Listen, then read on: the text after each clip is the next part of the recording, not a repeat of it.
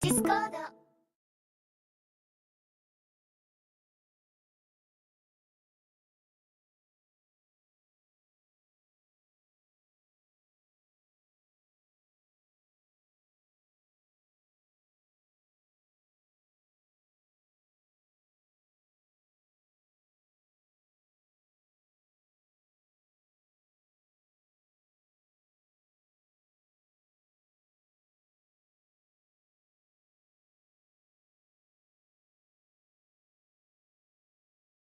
Discord.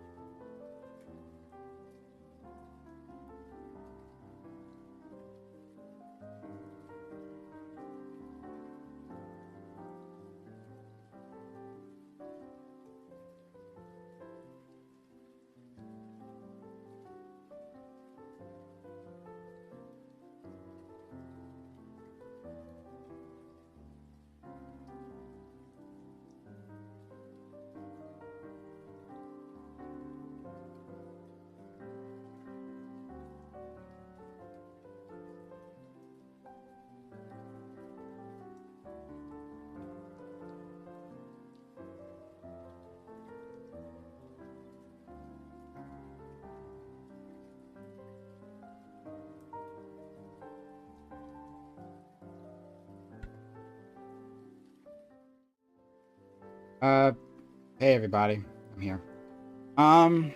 So yeah, I was on Wick's panel just a second ago. Hope you're having a good day. All right, let's keep it pushing. So, all right, so we're gonna get started with the panel.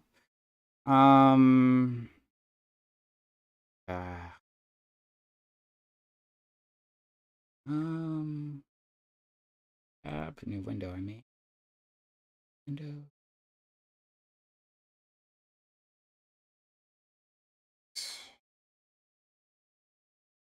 Yeah, hope you guys are having a fantastic day, or not, whatevs. Hello, man, Brave GG. Hey, hello, hi, thanks for resubbing for 9 months. It's really kind of you. Thank you, thank you, thank you. Much appreciated. Yeah, shout out to you, man.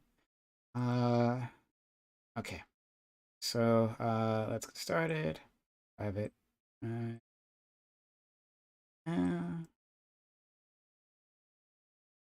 Hello. Hey, do I sound awful? Whoa. Yeah, you do. sound awful. Yeah, real bad. In the words of Macho Man, real bad. Oh, God. What a reference. Do I still sound awful? Less so. If you could change your voice and personality, that would also be What? great. Just give him a few Yeah, seconds. Ron killed it hot. That panelist has not gone so well. I think you have the wrong mic selected. Yeah, you were just like peeking a bit. I don't know why. So let's pull out here. Thank you, Naritas, for the 200 bits. Awfully kind of you. And thank you for helping out the channel. And can you guys see it? Oh fuck! I need to expand this thing. No, it's expanded. What's going on here? Okay. All right, talking. I need guys. I need you to do that. So what do you? Yeah, talking, all the talking. Mhm. I'm a huge That's chatterbox. cool. Well, I'm. It's officially 4 weeks caffeine free for me. Oh wow. It's been a wild ride, that's for sure. Wait a minute. Is this better? I have to figure this out. It's not better. It's not better. I mean, it was a little bit better. I it was a think little Tell me bit when. better. Yeah. Yeah. Is this better? Is this better? Still Yeah, that's bad? better. Yeah, that's better. Try that. Yeah. Can it be improved? No, If I you think take, go ahead. no, I think it's good. You just sound loud, but you're not peaking like you were previously. So maybe turn down your input sensitivity in Discord. You just spoke nerd. Let's Oh, see. oh no, What's now the you're audio? perfect. No, Now you're perfect. Okay, yeah. That's, Yeah, Whatever that you just sounds said. great. I was always perfect. Okay. All There you right. go. Tell him. This well, is- as long as you just change your personality and everything else, then you'll be perfect. yeah. Yeah. Okay. Again, talking of people like you have things to say. Go ahead, Bam. Oh, I actually did have something interesting to say. But now I'm on spot and I don't like that y'all are waiting for me. Never mind. I'm not gonna talk to anyone. I'm shy. So somebody else talk right now. I can bring up a subject. It's not about my life, though. So I mean, I don't mean- want to hear you talk though. That's the only other problem. I'm just kidding. wow, it's about race issues. issues. I'm famously good. Oh, on these. you know I'm pretty those are my favorite topics. Never mind. Yeah, absolutely. What race are you referring to, Lactoid, is the question. I'm referring to the Aboriginals, The human the race. race that we none of us think about. I was thinking. I was literally thinking about them this week because is that we're gonna bring up the Australian vote? All right, yeah, that's interesting. Yeah. I read that a couple of headlines and briefly glanced over it. You are indeed well informed. Thank you for that, Corey. Good. What were you gonna say? I mean, I guess just bringing it up as a chit chat to get the panel's ideas on this. There was a proposal to have there be a advisory panel to the Australian government. The advisory panel is going to be made up of Aboriginals. Now, I understand that the definition of Aboriginals, according to Australian law, is a little bit difficult because just of they don't have specific testing for it. So that's I guess a different issue altogether. But the panel is going to be made up of Aboriginals, and it was going to advise the Australian government on Aboriginal issues. And it went up to a vote, and it lost overwhelmingly. 60% voted against it, the formation of the council, I guess, and only 39% of Australians voted in favor of it. This was like whatever, a nationwide sort of Yeah. I'm pretty sure it was like a constitutional. I think it was like a constitutional. Oh my fuck! I think it was a constitution. We're going to be talking about insurance today. I mean, beautiful. Constitutional amendment, I'm pretty sure, and it was voted down. Yeah, it does. I mean, from what I correct me if I'm wrong, but yeah, like the Aboriginal community is like the minority in Australia, right? And so Yeah, it's sort of like, at least intuitively, I don't know for sure, but it would totally make sense that the non-Aboriginal community would not vote in favor of it.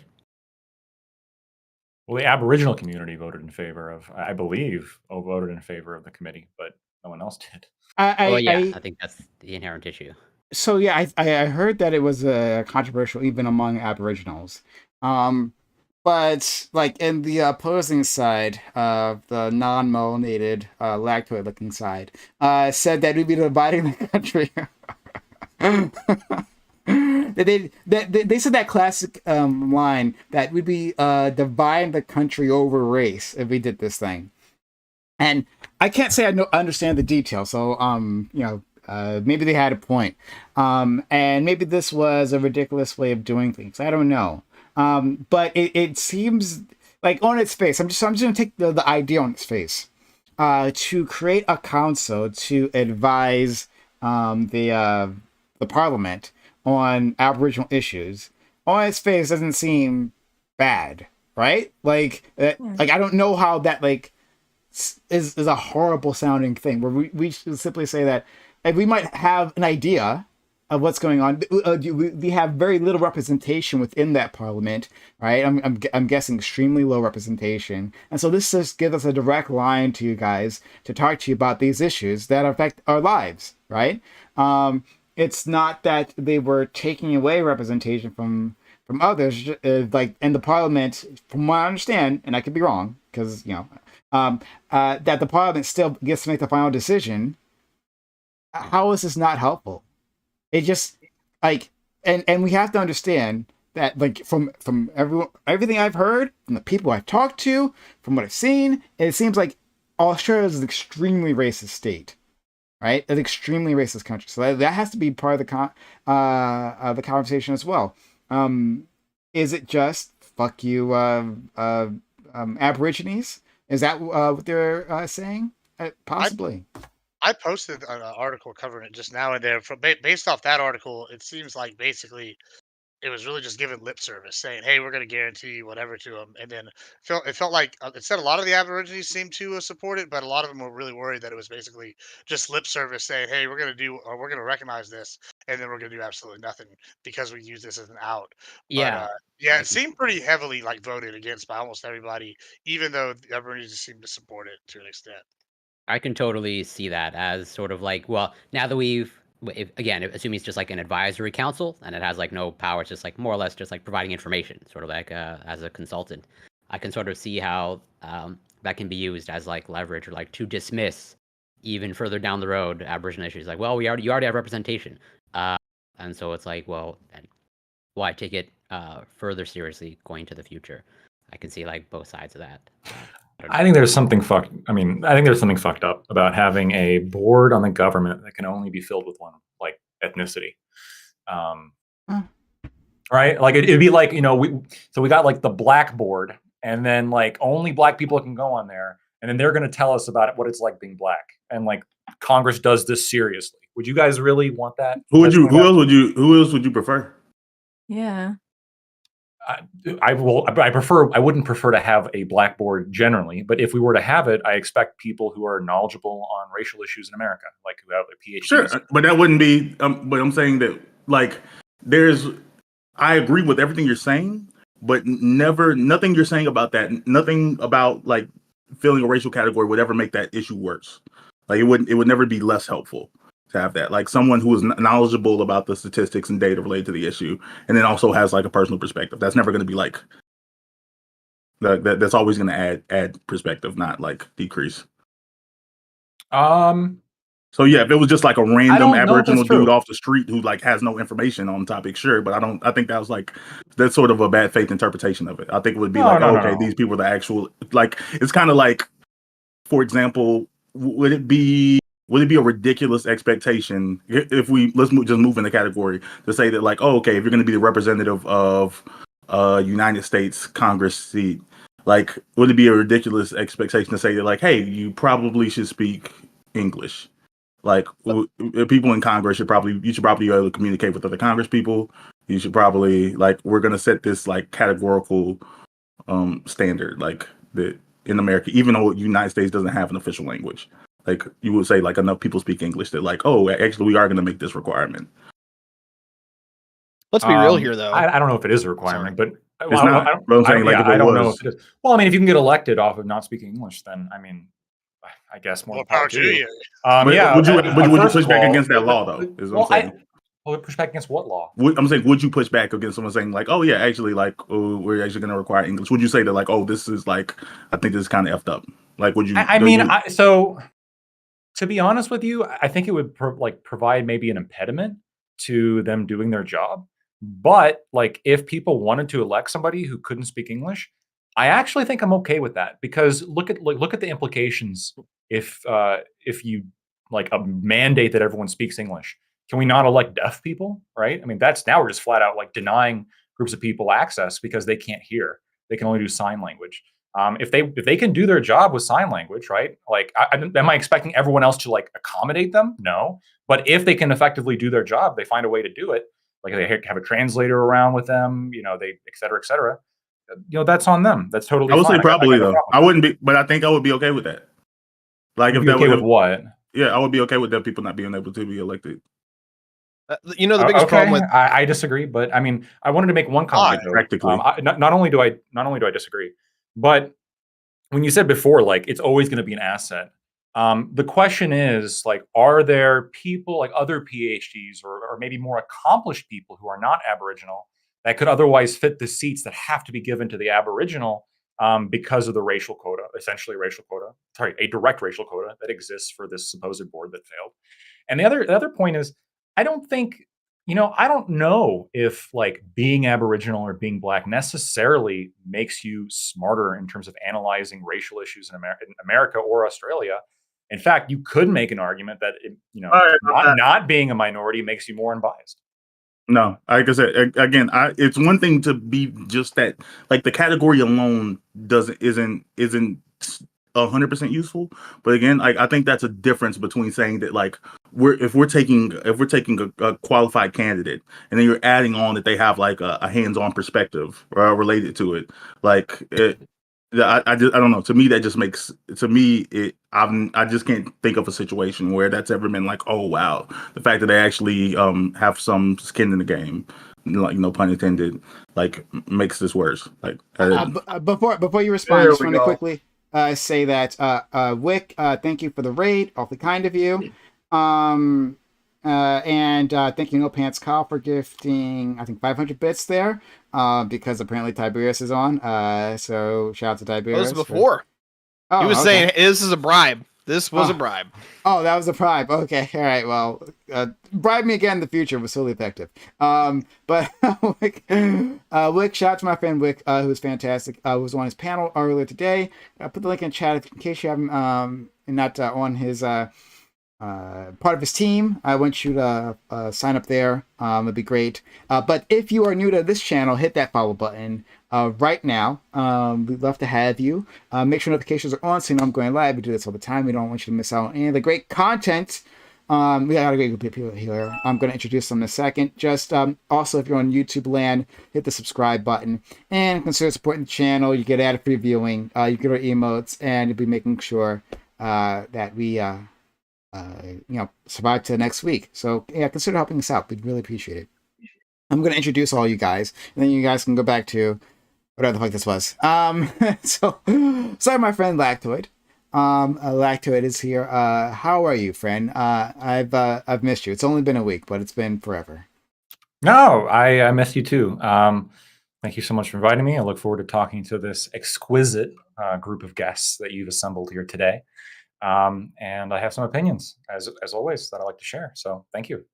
Thank you, friend. All right. Our friend Corey is also here as well. Oh, Socrates, thank you for rating. Shout out to my man Socrates, who was part of the last panel I was on.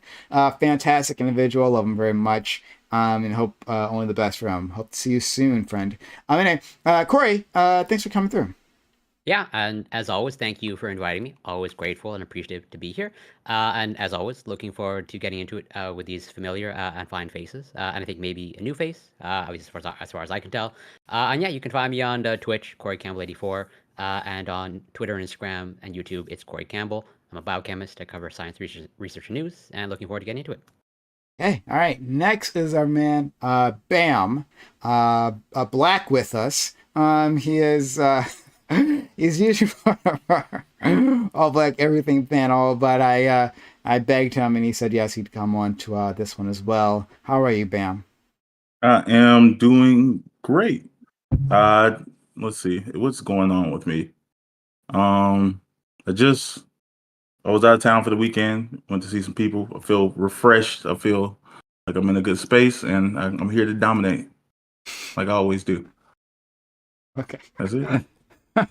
All right. And I want to say there's a female on the panel. Look at all these guys try to flex. Interesting. Anyway, let's go to our friend Admiral Gibbs back with us and got with his cat.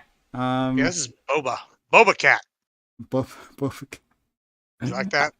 Yeah, I'm in total favor of that. Thanks for being here, friend.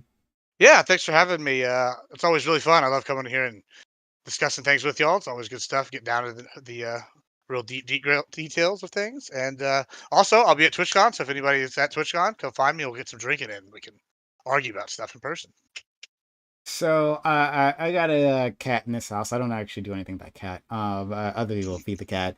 But I've taken the step of naming it Catechus Bon Meow, or just cat for short. So let's go to our friend Pep. Pep, how are you? I'm doing good. Yeah, I have 5 cats. They don't often make an appearance on stream, but occasionally, like there's one right back there, and occasionally some of the other ones will come That frolic may or may not by. be alive. No, she's. If I crinkle like some food, if I like wiggle her treat jar or something, she'll hold it, man. Yeah. Mute it. We got proof of life. Proof of life. Yeah. But yeah, That's I don't know she if I could have- have she could have an elaborate set of strings set up and puppeteering it. I could. I'm just like I'm also throwing my voice. I'm actually off screen. This isn't even me. I'm a magician. It's very The Wizard of Oz. Yeah. Uh-huh. Well, that's same thing too. Like if you shake like a McDonald's like carton of fries in my direction, I'm like, oh, okay. Honestly, same. Is that but a dog or a cat, Tiberius? This is a Pomeranian. This is hers, by the way. Oh, it's like Aw. an in between. Yeah, kind of. Yeah, I've she's got a Pomeranian. I got 2 beagles. The beagle's a little rowdy. and the other things about you, Ty? Oh yeah, I'm sorry, I didn't realize it was my time. I thought somebody just interrupted. So, yeah, my name's Tiberius D. Most people have had the misfortune of seeing me on these panels before. I have come to wreck your days once again. But anyway, yeah, I'm a moderate Republican. I kind of just, try to talk some nonsense into a bunch of jackasses. And I heard Prime was giving all the bad takes on the WIC panel earlier. I was invited to that. However, I didn't get home until 5 minutes out before it ended. So I just could not be there to smack Prime down. And so I'm here to smack Prime down today. Thank you very much for having me, buddy. Of course. I was literally on fire that last panel. I know you got some bad information. Maybe from one of my opponents who got their shit pushed in. It's a thing that happens. But anyway, thank you so much. We have a new friend. Our friend Corey wasn't wrong. We have a new face here. Ali, who comes from a WIC panel, actually. That's where I met him, right? Ali, what I thought was pretty impressive, and I really wanted to have him here. Thank you for accepting our invite and coming through. Anytime, man. You guys can hear me good? All right. Cool. Yeah, I mean, I'm new to this whole debate internet thing, so I'm just here to have fun, see where I fit into this world. Welcome to hell. Yeah, it's the best. Trying out like torture devices. Everyone has to do so. You gotta take it for a spin, right? But thanks for being here. And FK is back with us. We haven't had FK in a bit. We've missed him in his. Is this like a Naruto reference? Is this thing? No, it's if anyone here has ever watched Max Mofo or anything for views and their podcast Cold Ones, I saw that they had this mask.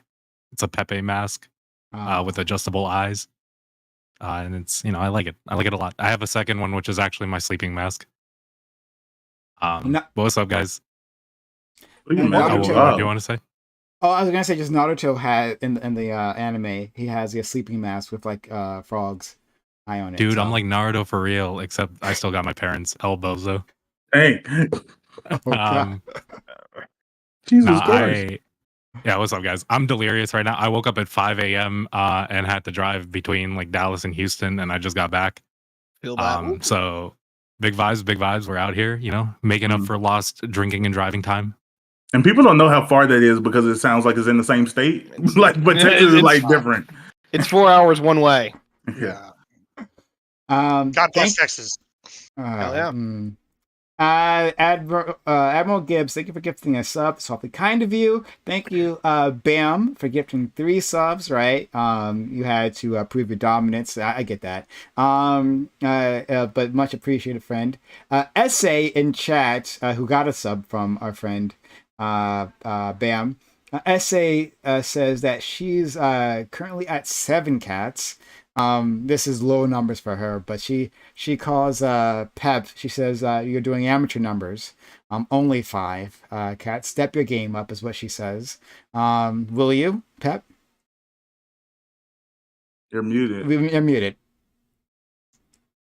Probably the cat walked over the keyboard. Yeah, no, I thought 4 was a little bit too many. The 5th one was like an accidental. I had to keep her, and I'm waiting for the number to go down. Hopefully, Oh, over here. okay. Fingers Damn. crossed. That sounds can- really ominous. We can get just that number down. waiting I for was the about to say, number I to need some just advice. randomly go down. Doobie, No. Doobie has an This might interesting happen. story. Oh, Doobie has an no. interesting story regarding cats and his grandma. Mm-mm. Oh, God. Don't No, ask. let's not. Don't Let's ask. not. Okay, cool. I'm happy not to hear that. Sounds great. What's the story, FK? What does it involve? No, Lactoid. It's his story to behave tell. yourself. I can't catnap a I man's don't know what the trauma. story is, but I'll defend it. Lactoid. Oh my God. You actually would. I think you actually you would. But all right. Cat homicide aside, we let's get back to what we were discussing before. We were discussing racism. We were discussing racism. It's called Meowder. Yeah. It's so fucking good. Yeah. So that dad joke hurt. we were discussing something that probably most of you don't know much about, which is okay. Which was something that just happened in Australia, in which they had some sort of referendum to have a native Aborigine council that would directly advise Parliament on issues relating to Aborigines, and that got struck down. Right, so they didn't get a chance to implement this, and we were discussing whether something that like that makes sense or not. And so, like, I understand you don't know the details of that, right? None of us do. That's okay. But like our friend Lactoid brought up a really interesting point. He said that it's weird to have like a council, like a governmental council made of just one race. Is that actually something we would want to go down? So like let's like relate this back to America, the only country that matters. Like what if there was a black council, right? Like for reparations or something. Or maybe expanded out to issues that affect black people. Would it be helpful to have just a black council, right? And maybe like exactly how do you get on that council? That's another thing, right? But would that be an equitable outcome, or would that make things worse? Would that lead us down a path that we don't really want to go? What do you guys think? Mm-hmm. I think that the easy answer to this question is like if we did a council on women's rights or something related to like women's equity, and the council was like 3 trans women and 2 dudes. I real quick they would figure out how important representation is on this, and they would decide like, wait a minute, this isn't right. A whole community. You got to be careful. You're about to piss off a whole bunch of people that are much further left. We off. No, it was right wing We are people that would off. be pissed at this. Again, like, I'm saying that I understand the idea of like I would like it's reasonable to understand like, oh yeah, you would want a cis woman on the council, some more probably primarily cis women on the council because of the particular things you're trying to address. But if you did like an entire trans council, it wouldn't be people on the left that would be pissed off. It would be nothing but Trumpers coming out and talking about how important it is for women to have representation. and what that means and like how important it is, especially if they were like brown and Asian and black trans people. Like, oh my goodness, we will figure that out real quick. 2 notes to this. First is that let's be real here. Anything that's a government position here in the United States that would actually be elected to anymore is going to have an 80-year-old with 1 foot in the grave. So like let's table that for a moment. The real conversation here is like it's weird and the Republicans are becoming Team Turf. It's very interesting to see that development, considering that on one hand, there's a lot of red pillars within the Republican community, but then at the same time, you've got a lot of guys being like, we're supporting traditional values. You know what? We're going to protect our women. And I'm like, all right, you all let me know when you have a decision on that conversation, because I need the update patch. I'll just kick that to the R&D department. I have no idea. Third thing, I guess, related to the actual conversation that you guys were just having. France tries to do the whole like like race blind thing. It's actually constitutionally illegal in France to collect ethnic data whatsoever. It's not working out so hot. And then you can take the exact opposite way, where Ethiopia, it has 11 separate ethnicities who they all have to kind of balance each other. So it's literally representative from the start as part of their ethnicities, and they get together, build a coalition. Just to put how well that's going, they just had the most bloody war of the 21st century as a civil war that just ended last year, and no one talked about it. It's called the Tigray War. So clearly, those are the extremes, and neither of them are one-on-ones we want to touch. I just wanted to outline that. Go ahead, Prime. No, you go first. Yeah, I was gonna maybe ask a follow-up question to Lactoid, sort of continuing on the previous conversation that I guess you're engaging with Bam, where it's like I see your point in terms of like, ideally, maybe more ideally, the most qualified person should like be in the position.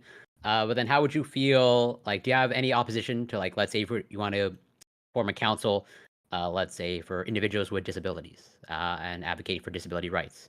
Would you have any opposition to, like, well, that's just all able-bodied people, or do you see any value at all in having any sort of representation in that manner?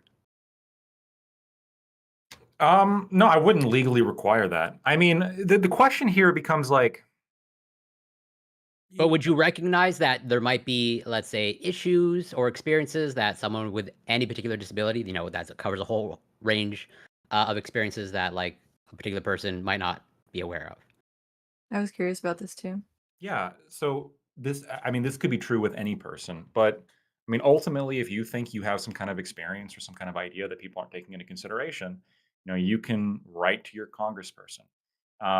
Ultimately, like, democracy is the voice that people, for lack of it's already flawed, I suppose, but it's quote unquote the voice in the sense of, hey, you can go and campaign, you can vote, you can send mail to your congressperson or whatever. But the concept of, like, okay, on top of this, we're also going to have a bunch of different boards for each race, right? So not only do we have why stop at black, we can also have the white advisory board, The whiteboard. the white board, and the Asian board, and we just get everybody, right? And then they're all sitting together arguing about what? I mean, it's It sounds like the path to bizarre. hell. Well, I'm not gonna lie. Like, just getting I people think- in the room together and being like, "Hey, we're gonna separate you on your ethnicity from the start. Oh, and then you can fight it out." Like, this sounds like just a grudge match waiting to happen. I'm not gonna lie. I'm gonna I use feel like they wouldn't be I'm appealing to gonna each other. I use feel like they a wouldn't big argue with each lib other. term. I'm gonna use a big lib term. I feel like any of these panels would just have intersectionality, like, inherently, right? It Like, depends. the realistic Have you seen the Black realistic way conservatives? government seems to work, right, is it'll, like, probably try to solve, like, a few issues in groups that kind of fit together. So, like, when it comes to reparations, is it going to be the case that there's going to be, like, a panel of only, like, black people looking at, like, these are very specific black issues and we have to target all of these individually? Or is it probably going to be the case that there's going to be, like, a panel of, like, community leaders that come together and they talk about, like, issues within a community that the government can kind of, like, work towards?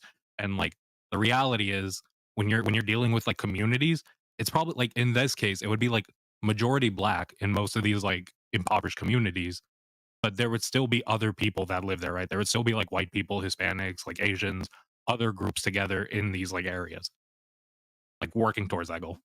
I mean, also, here's another problem, I think, is how are you going to define these groups? Like, so who gets elected? Like, for example, I mean, like, let's just look at white people. Are you going to say Hispanics are white people? Are you going to mix them in? How are you going to decide these things? Like, I'm Hispanic, but I would say, like, some groups would say, no, you're not white. Other groups say, you're not Hispanic. So you fit this kind of, Wait. like, I don't know. Once you start, like, splitting Wait, but real hairs.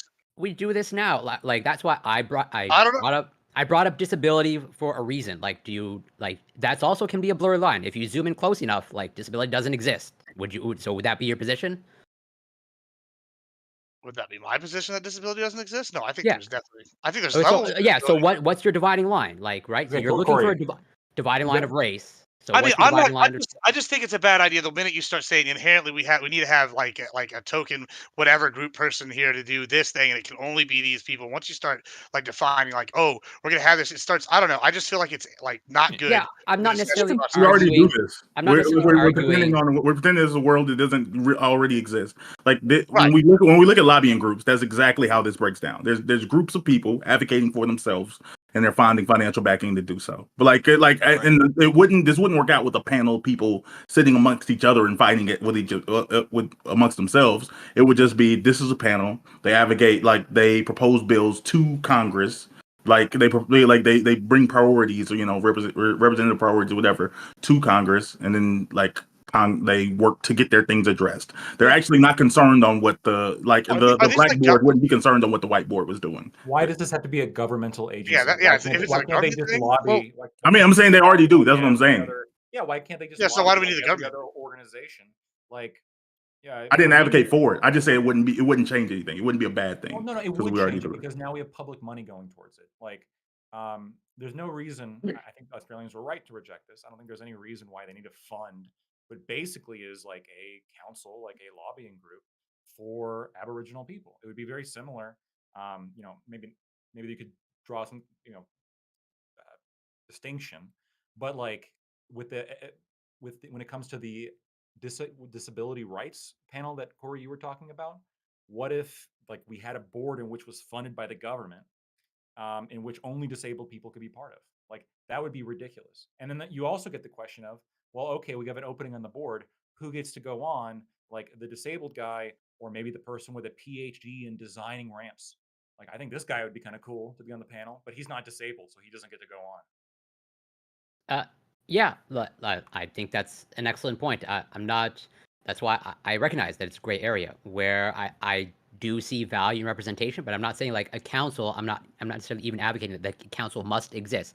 But I can totally see value in it, and I can sort of see why, at least in Australia, they were entertaining that idea of like, if you are a historically underrepresented, let's say, demographic in a country, and like it's put up to a vote, like that's one of the inherent flaws like of the system. Of like if you're a minority and you're trying to get a voice, but you're just like stamped out by the majority, like then how do you get a voice? And one of the Isn't this like democracy, right? Isn't the point of democracy that the minority? I think this Yeah, this is literally why democracies are actually terrible at diversity.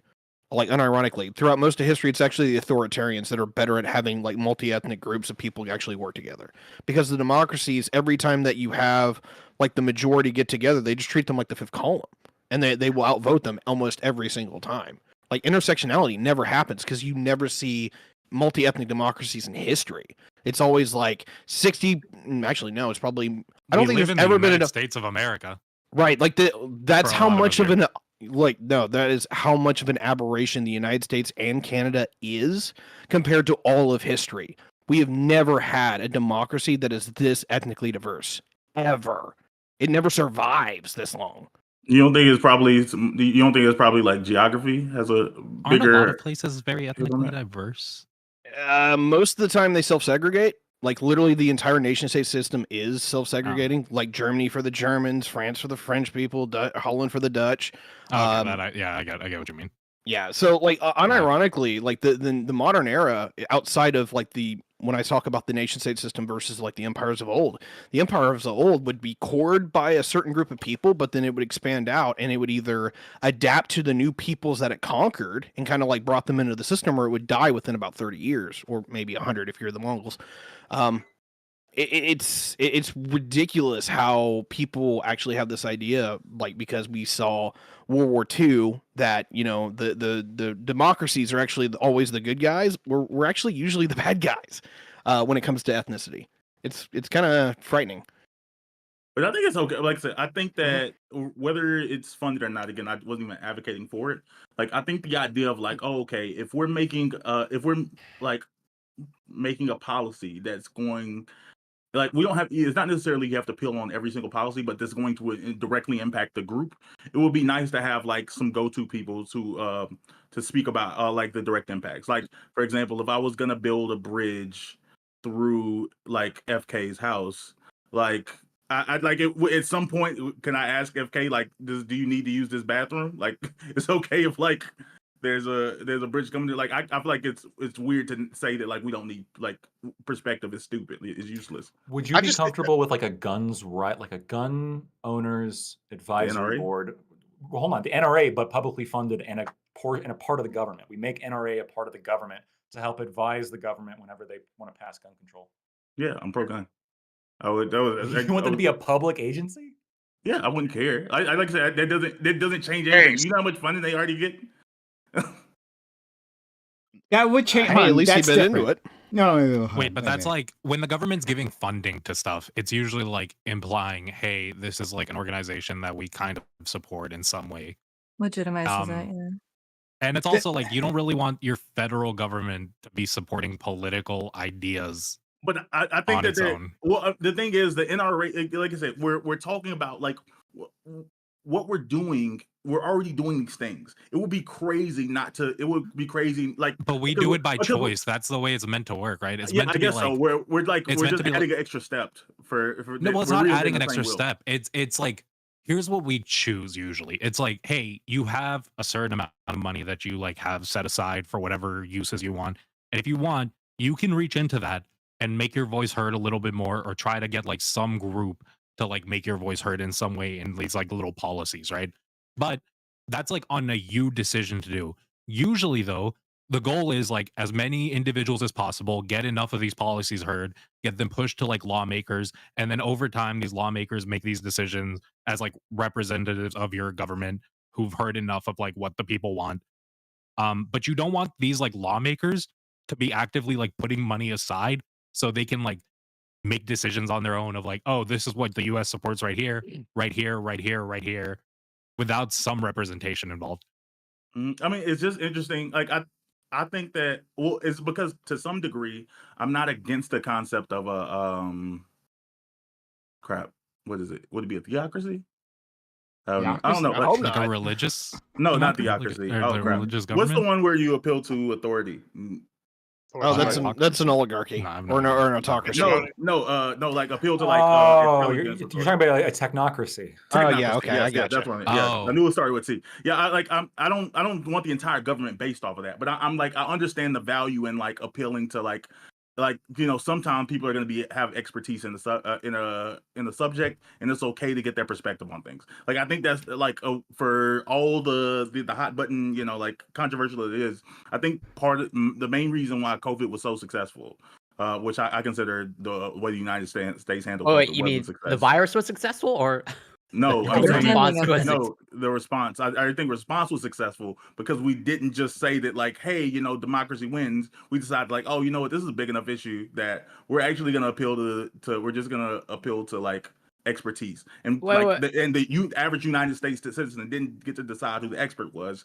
We just Wait, but decided. democracy did kind of win. Wait, now, well, I States just decided to I just want like to clarify something. Like, you're saying in the United States, the response to COVID was a success by your metric? 100%. Okay. Well, I'm about to say it was a success in some states, but like billions. We gave out. We manufactured billions of vaccines. wait, but we had whole states. We had whole states that went into like, oh, our people don't like the idea of masks, so we're not going to have these mandates, or we're not going to have like restrictions on going out to places. Well, hold on. Like they were federally for a place for weeks. Yeah, they didn't. They weren't federal the entire time. The government was like limited in their control, but there was levels of federal shutdown, the federal mask mandates too. They came but out even as that well. could only last so long. There was enough backlash that it seemed like that had to be dropped too. Sure, but I don't know what other standard you could like say that like, oh, the United States wasn't a Well, I would didn't handle assume a technocracy would be like, listen, this is the mandatory time we're gonna have for like, you're gonna have to wear masks, you're gonna have to social distance. We're closing down these places because we know these amounts of like diseases rise. I think we did And all they that would to do a that reasonable like degree. you To a say to a reason- reasonable Like, degree. in- I Yeah, in I see what I'm Singapore, saying. they Again, had you wait like a show minute. your This is vaccine my pass point. places, doing Let's not turn testing this before into a like going COVID on planes, conversation. things like that. If everywhere had done that, maybe it would be. Maybe it would Sure, have I mean, helped a little but bit I more. don't base success on like did two people die. Like I'm saying that like based on how other countries perform, the United States was like the United States response like literally basically saved the world from like losing like tons more people, at least in the idea of like Operation Warp Speed. And like the reason that we were able to do so is because we didn't take the time to see how Joe down the street felt about it. We decided like we made opinions on who we decided the experts were in this field, and we took their their thoughts into consideration. Now again, they but didn't like, that make wasn't the built out of decision. nowhere. That was built on like multiple companies, multiple organizations working together that had historically worked on these types of viruses and these types of vaccines. And then like Operation Warp Speed, all it did was put funding towards these groups that already had like some type of solution in place and sure. like expedite that. But the American people didn't decide who they felt deserved funding. We just appealed to who the people. We just asked people who are the companies in place that deserve the funding. Well, okay. Like, So we appealed to expertise in yeah, that regard. I think there's two levels here. So like there's let's say the institutional governmental response in terms of like money to like funnel to develop the vaccines. Then there's the other response of like to the public and like government instructions to the people, where it's like in terms of funding the research and development, like that was maybe arguably technocratic, but I think it's a little bit different argument in terms of did the United States general population follow a technocratic theme? I think that's pretty questionable or arguable. For sure, you have like one of the highest. No, you're pretty split, 150%. man. We did exactly. I'm about to say we did exactly like we didn't ask Americans. We didn't take a vote on what the COVID recommendations were. The Wait, COVID but you could recommendations- argue that Yeah, but then whether did people they- follow we the elected people to recommendations? do that for us. But those again, systems that's were all that built matters is the over a recommendations history of were adopted. democracy, right? Those systems didn't come from nowhere. Those systems were built on people who wanted to like improve the American system somehow. And the reality is, if the American population really didn't want those systems in place, they would continue to vote for people that are trying to tear them down, right? Like we do live in some type of a democracy. If enough I'm Republicans, not like into a democracy. good example right now, is America. Our like public education system. It seems like pretty important for our people, right? But a lot of Republicans are still out there seeming to like want to dismantle that and like fundamentally change it in a way that wouldn't be like as technocratic or like probably not the best decisions made possible for education. I don't know how that has implications for what Bam is trying to say, and Bam, you can correct me if I'm getting your point incorrect. But Bam is saying that he doesn't have a problem with a technocratic government, one that appeals to the experts. Okay. No, but I think he's arguing that doesn't have to be America is that. like a technocratic government or works like No, one. I'm just saying that having aspects of that built in, like it doesn't, like the government doesn't have to be that. We can still vote and do things. But Yeah, like, yeah, when- I hear you. Right, yeah. Yeah. So you think those technocratic aspects can be good and useful, and so he brings in the example of the COVID response, in which there was an emergency and there wasn't a national vote. It was more of an administrative thing where we look out to the experts in the field, being the pharmaceutical Fauci, companies. et cetera, the pharmaceutical companies, Yeah, right. Technical choice, suspicious choices, but anyway, we look out to these people and we follow their advice, right? We put like Fauci in place to like help lead that response, and it was just like a response led by experts. Now he's not saying that there aren't democratic aspects to the country, that there can't be a democratic response. In fact, there was afterwards. He's not saying that. He's saying that because we allowed in that moment we allowed for a technocratic response, that response saved people's lives. Right, and that would be the case. That was the thing, because we didn't. Lots of Americans. I'm just going to use Fauci as a thing. We don't have to go into. I'm saying like a lot of Americans had issues with Dr. Fauci. The United States as a government didn't care that a lot of people had issues with Dr. Fauci. They decided that like, you know what, we're going to take his opinion on this now. But Dr. Fauci also didn't make the final say. He just led a board that gave opinions like related to these things. Like he's like, you know, I'm an expert in this field. This is what the data is telling us. This is what our the science is saying. Like, take with that. The United States is going to do what they will with that. Like he didn't have the final say, but we took his perspective, irregardless of what how the American people felt on it. And then they the situation ended up being what it is. I'm saying that that's not weird to me. I feel like that was like useful. Yeah, I don't dispute that claim. I was only like, you only caught my attention when you said like, the response overall was like successful. Like by your analysis, yes, I can see how you can see that as successful, but there are other factors to take into consideration. So Gibbs, if you want to respond, and I want to hear from our friend Ali.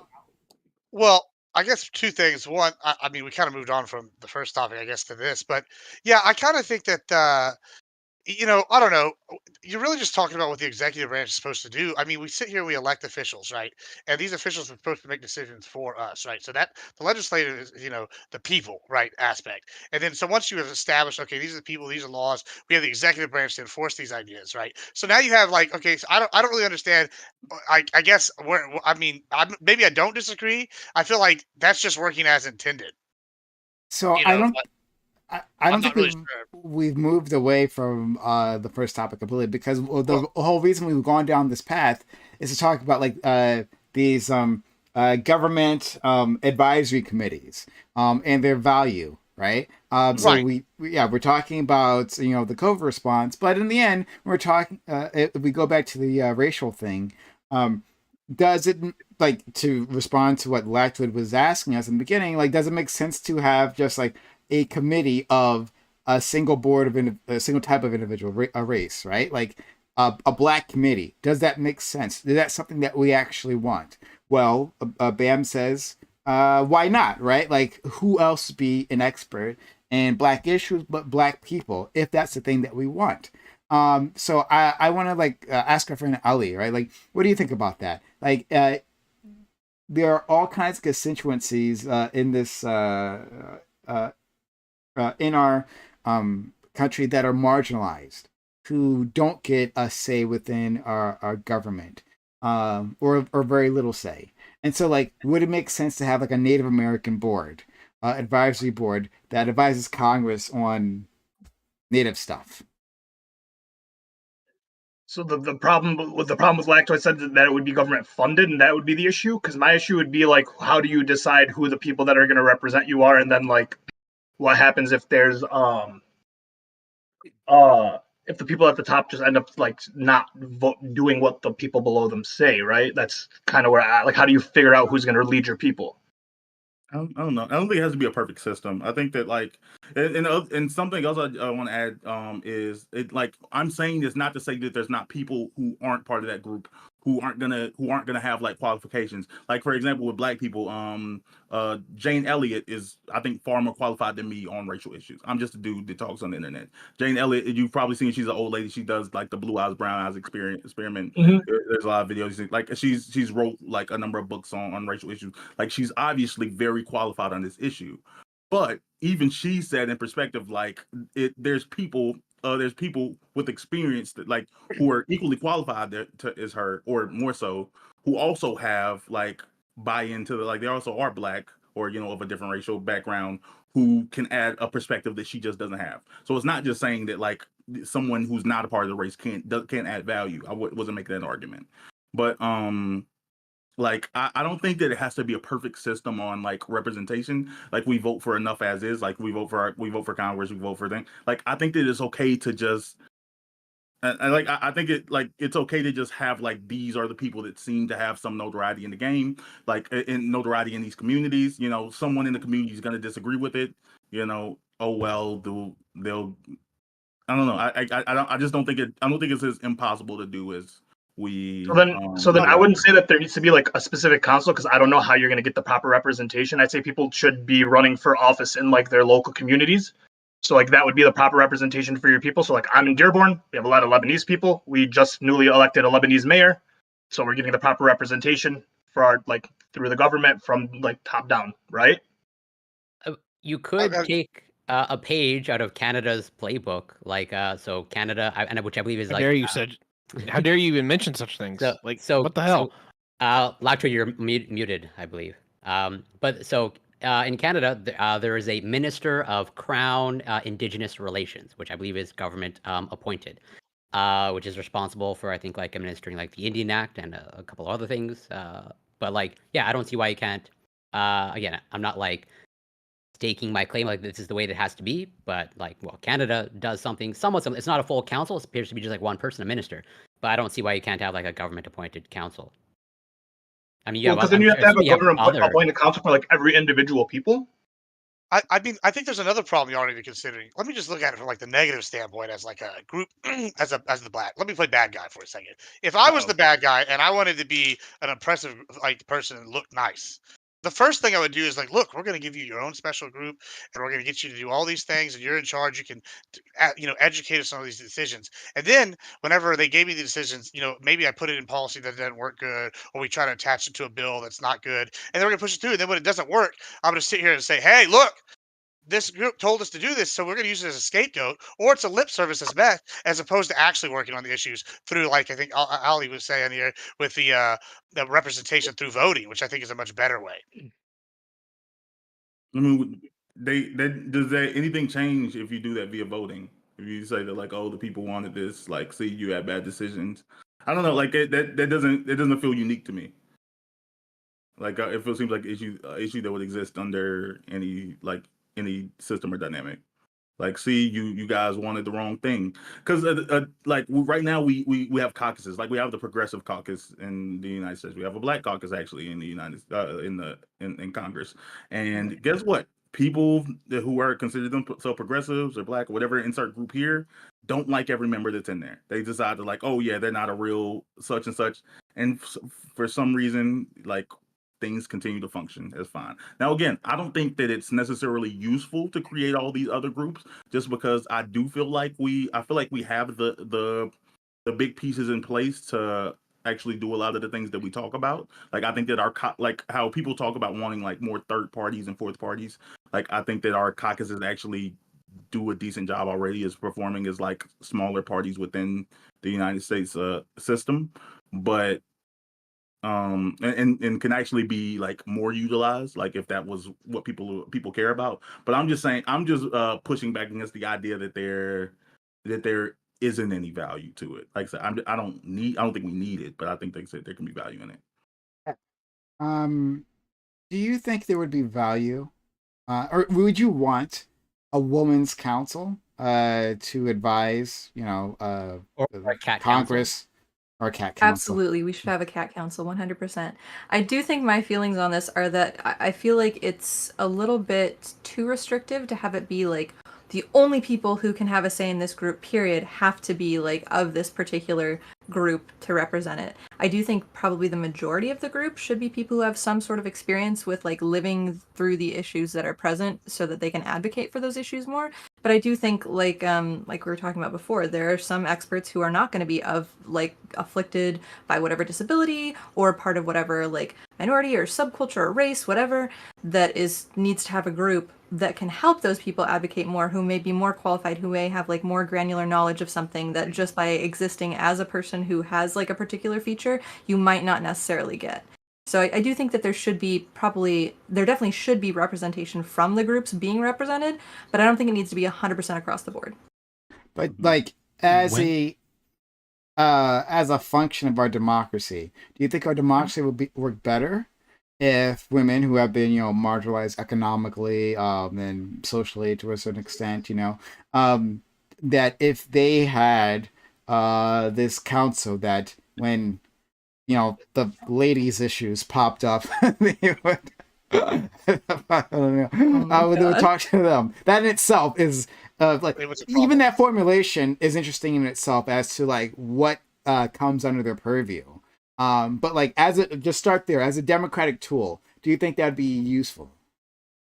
Well, I mean, given the amount of nonsense that's even come around with the birth control rulings that have happened and abortion rulings of like, you always hear about idiot people being like, oh yeah, if like abortion shouldn't exist because if she didn't want a baby, she could just like self-abort, just like absolutely nonsensical things, which I guess doesn't necessarily need women to dispute that. Maybe that's leaning more into like only experts should be able to make decisions that relate to those things, which is more in line with technocracy kind of stuff.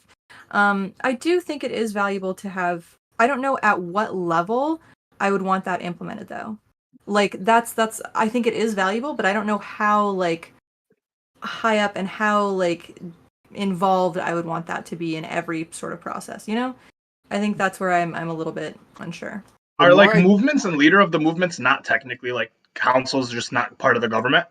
So like the Me Too movement came, there were representatives of the Me Too movement. They came, they spoke, they represented people, and then so on and so forth. It feels more activism. It feels more like activism than like actually engaging with the like government in our processes, though. Yeah, it's kind of like whenever the Supreme Court.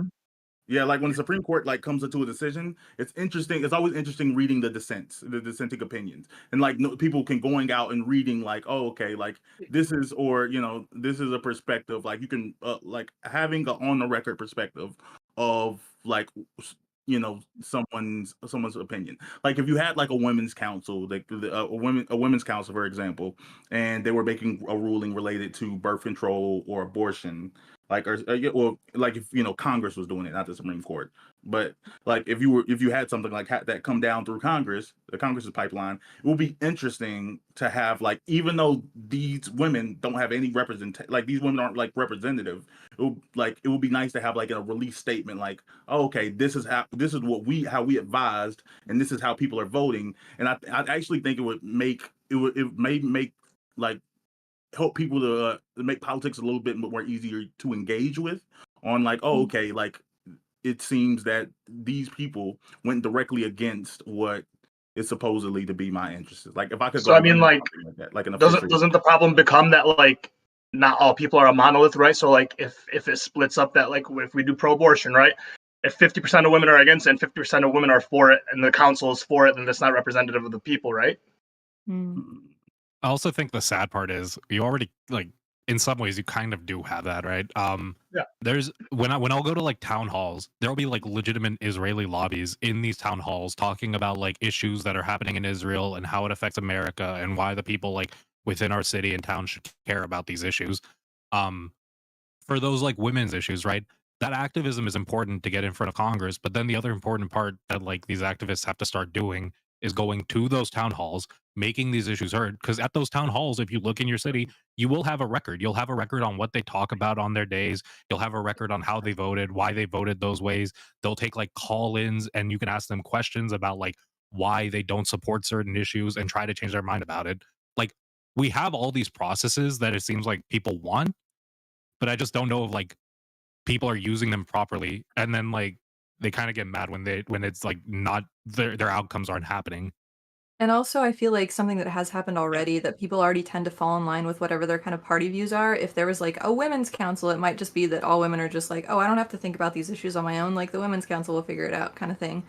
And that might be an issue of some sort. I also did want to know when does a group deserve like individual government representation? Like how do Yeah, we that's start another thing. identifying these groups? I was gonna say when it's a group that's been consistently like having more issues than like the general populace. What?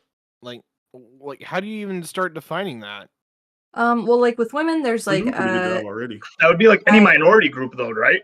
We don't do Yeah, and gamers. so there We're should like, be like representation. I don't think there's a big argument that like, you know, like why don't we like whenever they do like a study on voter habits, I feel like there's not too many studies that appeal to like gamers as a minority. Like But I there like are studies on like bad mental health outcomes for them. Like, are they like a group that's being hurt right now in society? Do we have to have like consumer protections come in to like look at how video games are like messing with people? Do we have to have like all these other medical organizations come in to see like are people getting like much more disassociated with society and it's creating unhealthier groups? Also, what if you're a minority within a minority too? So like Lebanese Muslim, but then there's Lebanese Christians who are right. So like if the Lebanese group isn't representative of like the Christian Lebanese people, then how does that work out? again, I feel we're pretending that we don't live in a world that already works. Like there's obviously in the system that we currently exist in, there's things that's like, oh yeah, there's like I can think of this edge case where like the system like is less than ideal, but like on the whole, we can eat everyone in this room right now, I honestly believe knows exactly how this will work out and it would make perfect sense. Like feel like it it would just make near perfect sense. Like What? it works Well, out what in I'm like the edge cases, right? Like the Black Caucus comes out of like an extreme case of like civil unrest and civil like rights movement that's happening, and you start developing like a caucus out of it. But like, do we just start like? I'm wondering, like, is there really? It's gonna be fucked up to say, with Native Americans and how their issues seem to go. It's and like, I'm taking this into the American perspective. Like, do we have the government start representing what is supposed to be like a separate entity group?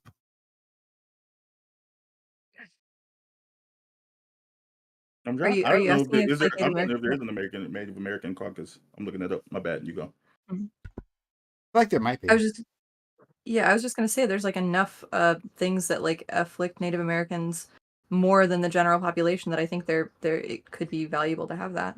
We do have some sort of a governmental agency like that addresses Native Americans specifically. I don't want to say too much about it because I'm sure I'm going to get something wrong. But I know we do have an agency that does specifically address Native Americans. But I don't even know like what the leadership of that even looks like. Is it mostly Native American individuals or not? Like I don't know. But Yeah, there is a Native American caucus.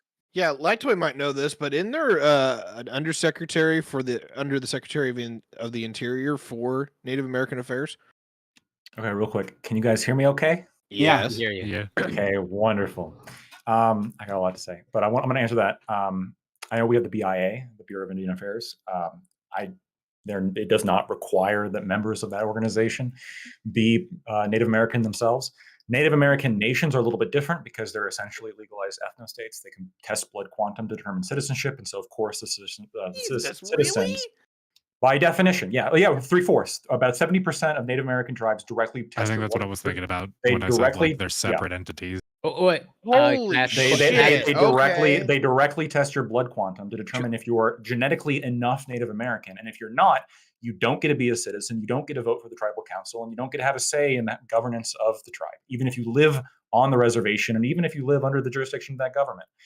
So they work totally different than the United States government. The United States just have- government does not ask a allow question? that. Yeah. So to clarify, if you know lactoid, because genetic testing, fairly recent development. Do you know how they did it before that? So blood quantum typically goes by like lineage, right? So like if you can prove to the tribe that like your great grandmother and your grandmother and your mother or whatever are like pure Native American, pure meaning 100%, and like you can like trace down the family line and be like, hey, look, like basically how they were doing genetic testing in 1940s Germany, right? Like you have like sheets where they fill out your sheets where they fill out your ancestral history.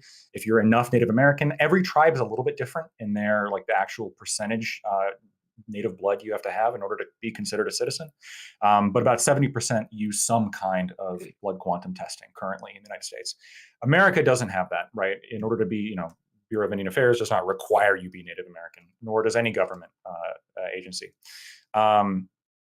And I think that's for good reason, right? Because there's something I think uniquely pernicious about, and for the same reason why some of the people here were like, "Holy shit!" Like they actually test your blood quantum. That's crazy. Yeah, it is crazy, but isn't that also what they would have to do in Australia for getting these Aboriginal people on the fucking board? You'd have to blood quantum test them, see if they're Aboriginal enough, or are we just going to eyeball it? Right? Do they look Aboriginal? Is that going to be like what's going to be the fucking test to determine whether or not these people qualify for the board? And ultimately, what this comes down to is, I think, the ultimate perniciousness, which is the assertion that traits that you have no control over and are purely superficial somehow dictate your qualification, which I think is just absolutely awful, right? Like we talked about women's council when it comes to pro-life, pro-choice. First of all, the opinion split on that is not really all that much different when you look at between pro-choice men and pro-life men compared to pro-choice women and pro-life women. It's roughly about half and half each, a little bit more pro-choice than pro-life, I think by 5% when it comes to women. But I mean, it's not a significant chunk at all. And then also, why does being a woman give you more of a say or more of a better opinion on abortion? It doesn't make any sense. Not just being a woman. I'm sorry. I think that saying that just because you're born with a trait and you didn't choose to select it means it's inherently superficial is really, really reductive and ridiculous. It definitely influences how you move through the world and how you're impacted by certain things in the world. Sometimes you're treated differently. Sometimes things have different impacts on you, and that'll give you a different experience and a different insight or a different perspective that would be helpful in engaging on a lot of these topics. Saying it's just superficial, I completely, that's nonsense. So it can like there are experiences you can have that can provide you a certain level of insight, and this is oftentimes the arguments that people use to justify DEI programs or there's several amicus briefs written by major corporations for the ending of affirmative action case that happened. And when you actually dig into a lot of this data, first of all, there's no objective metrics that we can look at in terms of definitively showing that like diversity or like a different range of experience, having a group of people, it actually empirically has like benefits that we can measure. Now, people use metrics like dynamism, or people, they'll describe, and this is what Harvard was doing, right? Describing Black students as more dynamic and more innovative, and describing Asian students as like boring, flat effect, et cetera, because Asians were doing better on the tests and they didn't like that. So at the end of the day, the question is not necessarily like, we just have people who have certain indicators or certain experience, like things that may cause them to have experiences. The question is, did they have those experiences, A, and B, did they develop those knowledge from those experiences into some kind of like cohesive policy position, some kind of intelligent way of thinking, some kind of actual process in a way that is distinct from somebody who maybe didn't have that experience but was able to accurately or more effectively measure it from the outside looking in. I guess the best example I can think of is, who would you rather treat you, a cancer patient or a cancer doctor? That's fair. I do think that that's what I was saying earlier, that I think that there should be people who are representative of the particular group being spoken about there to kind of like advocate for themselves. But I do agree that there can be experts outside of that group who are more knowledgeable about the subject and more well equipped to advocate in a certain particular way, or more of an expert on a certain facet of it. I completely agree with you there. But I do think the idea that like diversity and representation is not known to be like that effective or useful or important is kind of a little bit like, we're just finding out now that there are certain pain-killing medications that just straight up don't work on women because they just weren't tested on women in the initial thing. There are also drugs that don't work on African Americans the same way. Like, there diversity in a lot of things. I get that those are both two medical examples, but people are different and people have different experiences, and I think it's very, very valid and important for that to be known and noticed. Otherwise, like Black women and women in why do I have all the medical examples? But women in healthcare end up having much worse outcomes. Specifically, Black women have way worse outcomes in almost all aspects of healthcare. And like, if you only talk to white men, you wouldn't know that. You would be like, oh, all these stats are great. Like, everybody's getting cured, everybody's walking out fine. But if you would talk to more Black women, you would be like, oh shit, a lot of stuff. They do all the drug so testing on that. They do all the drug testing for men too. I think like women end up having women's heart attacks like end up appearing differently for them than they do for men, and they didn't realize that till like I don't know how long ago. Yeah, I can see with clinical testing when you have like biological differences, which we do between men and women, and even between racial groups, there's biological differences that nitrate levels in the blood, et cetera, that you can measure. Boy, Obviously, getting to IQ soon. I know. I will not say that word on Twitch. But when you there's so different things you can genetics? There's different that's I've seen no strong evidence in that field generally, other than that it seems like quantum theory, where they're just sort of like, well, technically this could happen, but we don't actually know how it happens and if it happens and to what extent, if it could happen, and if it does happen, how it happens, like to what extent it happens. Pretty compelling studies on Are that. these panels? I'll take a look at it. Maybe you guys know more than I did. I've taken a hand. lot of look into epigenetic studies, and I mean, maybe I'm just missed a couple, and that could very well be true. But when you leave aside, like, I guess those kind of biological differences, when the Supreme Court recently knocked down affirmative action and said, no, like, just simply being a part of a group isn't enough, right? Simply like being Black or being, a woman, just simply like having this characteristic, if we're truly going to be judging you on the content of your character and not the color of your skin, well, let's actually judge you based on the content of your character. Explain to us the actual experience you're referring to, and then explain to us how your experience in this particular thing can actually help your thought process of XYZ particular action. And if you can do that, right, if you can explain how your experiences have molded your opinions, have shaped your way of thinking, have provided you with these skills or other kinds of like recollection that you can use for your job, then that makes you a more powerful candidate. It doesn't make you the best candidate. There could be a different candidate who, despite not having that, excels in a couple of other things too. But you have to show us what you're referring to when you're saying these experiences matter on a person-to-person basis. And when you have a board that says, no, only Aboriginals can apply, you're not doing that. You're not telling the Aboriginals there, prove to us how your Aboriginal experience exactly affects this. I don't think et cetera, et cetera. Yeah, it has I'm to not be advocating. only. Yeah, I don't want or even any quota, Like, if it turns out, let's say we had it, and it turns out like the entire board, like all of it was just white men. And then you're like, this is crazy. Like, we can't have this. But then like you look into each individual white man and they all wrote like, 8 dissertations on specific issues regarding like Aboriginal populations in Australia. I mean, this would be a fine board. This would be a very effective council. Wouldn't you agree? I feel like there's... Sorry, go ahead. You can go ahead. Well, I'll just say quick. So yeah, it doesn't seem like you disagree with the creation of, let's say, a council or like a board. It's just like, yeah, the makeup. As in principle, it seems like you're okay as long as like anybody can access it. Is that fair? No, so that's a different question. For the big issue I have is whenever you have quotas for anything, right? That's obviously going to be a big issue. But then the other thing is when it comes to establishing these boards, kind of how I brought up how the NRA board, right? Which, by the way, whether it was made up of gun owners or not, I would still be opposed to it because we should not be having like special interests boards installed into the government, right? If you got a group that has a special interest, they can form their own lobbying group, they can push for votes, they can do all that. That's fine.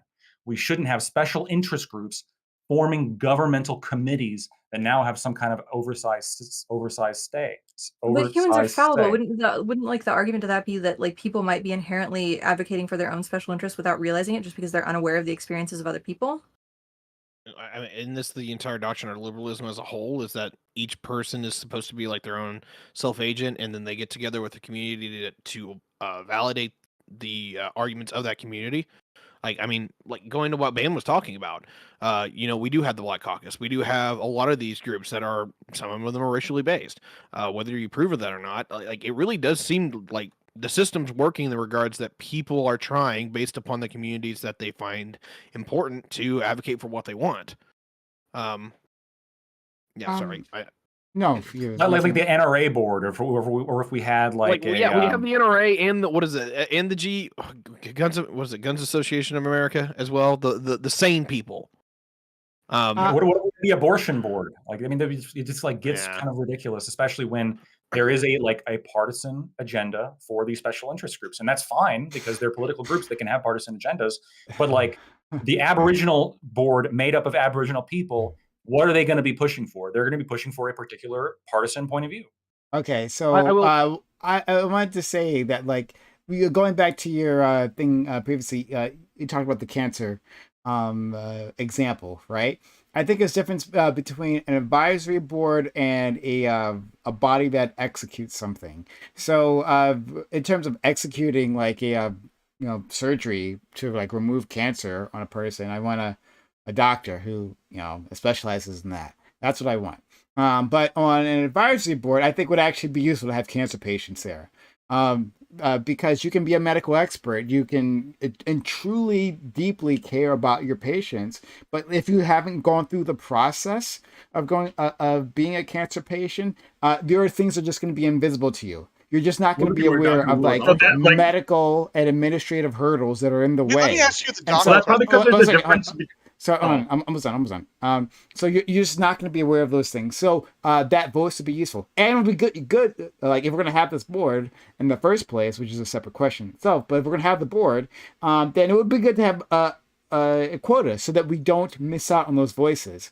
And then finally, for the memes, on the abortion board, like I would think we should have some like aborted embryos. I think like they've gone through the process of abortion, and so I think it would be only fair to have them there. All right, everyone else can go. God love you, Brian. One thing I wanted to say difference between having like a group of people who studied something be like the representatives of that board versus the people who like experience is like there's a difference between a viewed experience and then like a lived experience, right? Yeah. I mean, these can be the same group. I'm sorry, you go. I appreciate it, man. I just wanted to say this earlier. Like, I actually just when it comes to this conversation as a whole, I largely agree with the way the Congress does this. They don't really have a lot of like, hey, this group of people's advisory board. It is by issue. It is the Senate Ethics Committee, the Senate Banking Committee, the Senate Foreign Affairs Committee, Senate Veterans Committee. Like it is.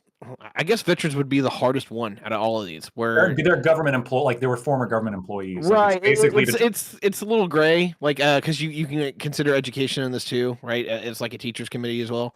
Long and the short here, though, at least is that they're also government employees, right? So like I get that, right? I'm not arguing against it. So it's just one of those things where I think Congress actually sets the tone for this very well. It is by issue because you can have black, white, men, women come together on a lot of these issues, and we don't have to separate whenever the issue is probably the more important thing. Does anyone disagree? Like the issues matter more than our identities here?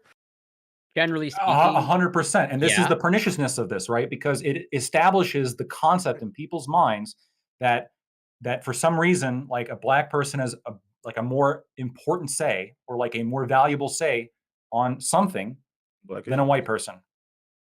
It's ridiculous. or I vice think versa. I don't think that framing is, at least in my estimation, like fully accurate. I think it's more, at least an attempt to give a voice to, historically speaking, the voiceless. And sort in an attempt, not saying actually doing that, but to make it actually more equitable. And so I'm curious, Lactoid, like, are you then? I don't know all that much about the Congressional Black Caucus, but like, whatever. Are you in favor of like abolishing that then?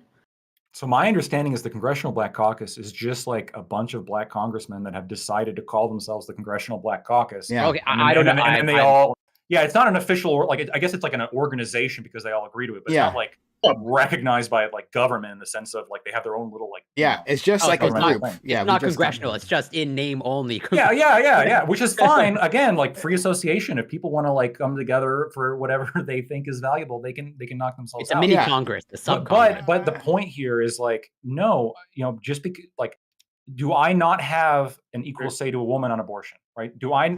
Is my, even if my logic is better, like if I make a better argument, I don't want. And you're I a don't man, want so your logic is definitely better. Yeah, sure, go ahead. yeah, I mean, and then like, let's say if you had like the cancer treatment board, right? Like you said, it'd be helpful to have some cancer survivors on there. I think if a cancer survivor could make a compelling argument as to why their experience would be helpful for what the board does and can directly establish, like, this is what I went under, this is the things that I learned, this is what this board does, this is how what I can do using my experience for this and actually bring my experience for this particular thing, I'm fine with that, right? But just be like, if they're just a cancer survivor and they can't effectively do that, I would much rather that spot be filled by somebody who is like intelligent when it comes to understanding how cancer affects the body. I agree. I just don't want to stop having this conversation from the perspective that it has to be that you have to pick in this regard. Like there doesn't exist a doctor who also had cancer. Like and like we found a doctor who also experienced the cancer, and like he's operating on your surgery. Would that not give you like, oh yeah, I went through this exact same surgery. Like these are some of the issues I had following up going through my treatment. Would you not feel like, oh wow, like that helps? Like sure, it doesn't make, it's not perfect, it's not a standalone thing, it's not just that he had cancer, but he also has, like, if you hear about that, they're like, oh okay, like you would, if someone's asking you how your treatment's going, you wouldn't probably mention that. We'd be like, oh yeah, actually my doctors went through the exact same experience. Like this probably gives them a little more perspective that you can have. It can give them more perspective than they otherwise would have, but it doesn't necessarily give them more perspective than a competing cancer doctor, or maybe not even a cancer doctor, just some fucking like Reddit hero who has memorized every single thing about cancer and is just like a fucking brilliant, like, savant. I want this guy on the fucking cancer board. I bet you weren't doing your surgery, the Reddit guy. Maybe he wouldn't be doing surgery, but maybe if he can like fucking like off the top of his head, like, here are the side effects for this type, blah blah blah blah blah. Just like, yeah, this guy would be helpful. But why wouldn't you want to do in your surgery? Like, why are you okay with setting some quote on some things that you consider? I wouldn't want somebody who had cancer surgery done to them doing a cancer surgery on me. Cancer surgery is incredibly specific. It requires technical knowledge, requires like muscle memory knowledge, and I want people to have practice doing that specific thing.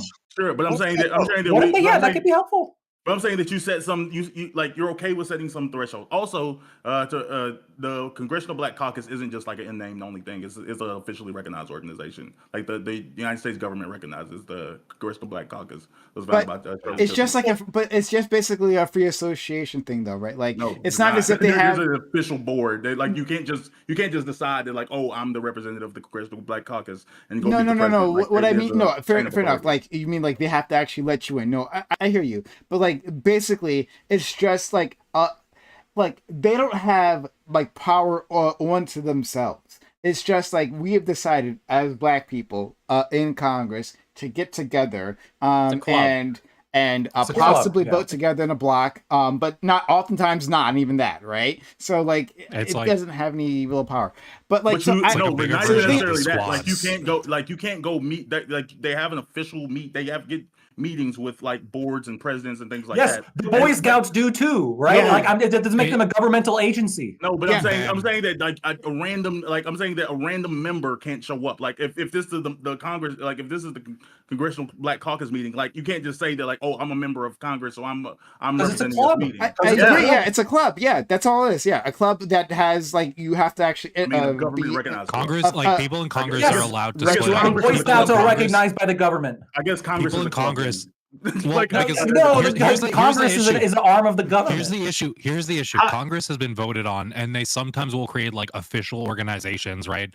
That are like branches of them, right? So like we had it during COVID where they'll call in doctors and they'll call in like medical officials to be like, here's XYZ issue, give us some information on it. But like the professional or the Black Caucus is more like all those people in Congress at some point got together and decided like, hey, this is kind of some issues we all like tend to represent together. So we'll like create this group that tries to like look at these issues. They're not Officially create appointed. this group. They're like just making their own little group. It's the same way that like I mean, it's when like the all Democratic the like Party. MAGA. Well, no, it's the same way when like all the MAGA Republicans got elected and they created their own little like Yeah, the, caucus and their own little Freedom group, Caucus. right? Yeah, they The have their Freedom own little Caucus. thing. So that's the Tea And the Party. same way that like the Dems have like their own like progressive caucus, right? If, It's like if, these little groups that have kind of decided we mesh together well. if on this panel, right, Lactoid and Tiberius decide to create the White Caucus, right? And The CC. they decided just, among them, they're going to do this. But then Pep is like, well, can I be in? And they're like, no, you can't, right? You're not cool enough. But yeah, because they have their criteria, right? And they can lock people up because that's a club. Right? It's called the White Caucus. It doesn't mean that all white people are in it. Whatever. That's not important. The standpoint epistemology. That's what we're talking about here. That's like what we've been boiling ourselves down to. So like, I mean, it's as official as the Democratic Party is. It doesn't matter. It doesn't matter. It doesn't matter. This part's important. But like, that's the thing that we're boiling it down to. Like, having, and I hope I'm saying this correctly. Someone can fact check me afterwards, but standpoint epistemology is that like, do you have access to some sort of special truth, right? Is your truth more valid because of your experiences? So if you have, if you are Black, does it make your experiences more useful when talking about Black issues? Does it give you some sort of special insight that maybe our friend Lactoid doesn't have? And If I'm an expert, but hold Not on, necessarily. yeah, here's the thing. I don't know. Oh, right? Lactoid, come on, man. Not necessarily. All right, give the spiel. I know where you're going with this. I'm not gonna say your point's not completely invalid, but I'll fucking tear you apart afterward. Okay? Okay, Tiberius. Okay, let me ask you this a straight up question. Who do you think has more exposure to the Black experience? A white guy living in downtown Harlem, spent his whole life there, and then like at 20, like moved out and then like ran for some office, or a Black guy living in the like in Beverly Hills or something, and has throughout their entire life not come across a single other Black person who realistically has had more exposure to Black culture and Black issues and Black experiences. I'm obviously gonna say the latter on that one. The Black guy in Beverly Hills. Yes. Oh, because my fucking I'm gonna liar. Be the, I'm gonna be the prick. Why is it that Black issues have to be just 4 guys from the hood? Is that just because it's the majority? To some extent, yes. When you're around like the Black community, which is what people are referring to, it's like areas in which Black people have a community. If you are one person among like when there's no other Black people around you at all in Beverly Hills, do you really think you're getting the Black experience that Black people talk about as being unique to Black Americans? Well, there might be a difference between like the Black experience in Beverly Hills and the Black experience in like a hood somewhere. Like there's also a difference between like a white experience in San Francisco and a white experience in like fucking Kentucky. Like I feel like there's more distinctions going on here than what. It's like, more complex. I think though where differentiating them. I think where this is getting differentiated, right, is there's one thing to have like the general Black experience, which is like a social experience based on like a history of racism that comes together to like develop how people treat one another in society.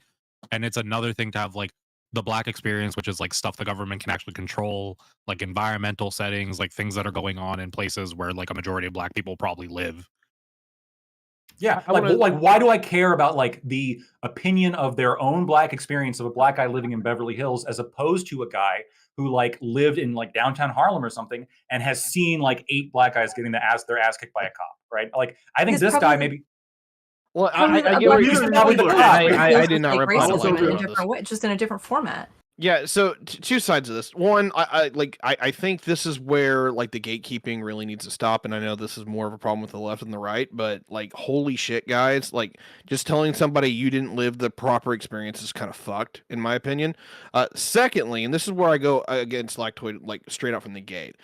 I do believe that being a man or a woman or being white or black is more of, I don't know what other word to say, but experience, right? Like, even if you are a black guy who does grow up in Beverly Hills, like, they are treated differently. Like, it is an experience uncommon to themselves. And what really kind of gets it, at least for me, is that you can be wealthy as fuck and still be treated like dog shit because you are the minority among the wealthy. You have this in the middle class too. Like,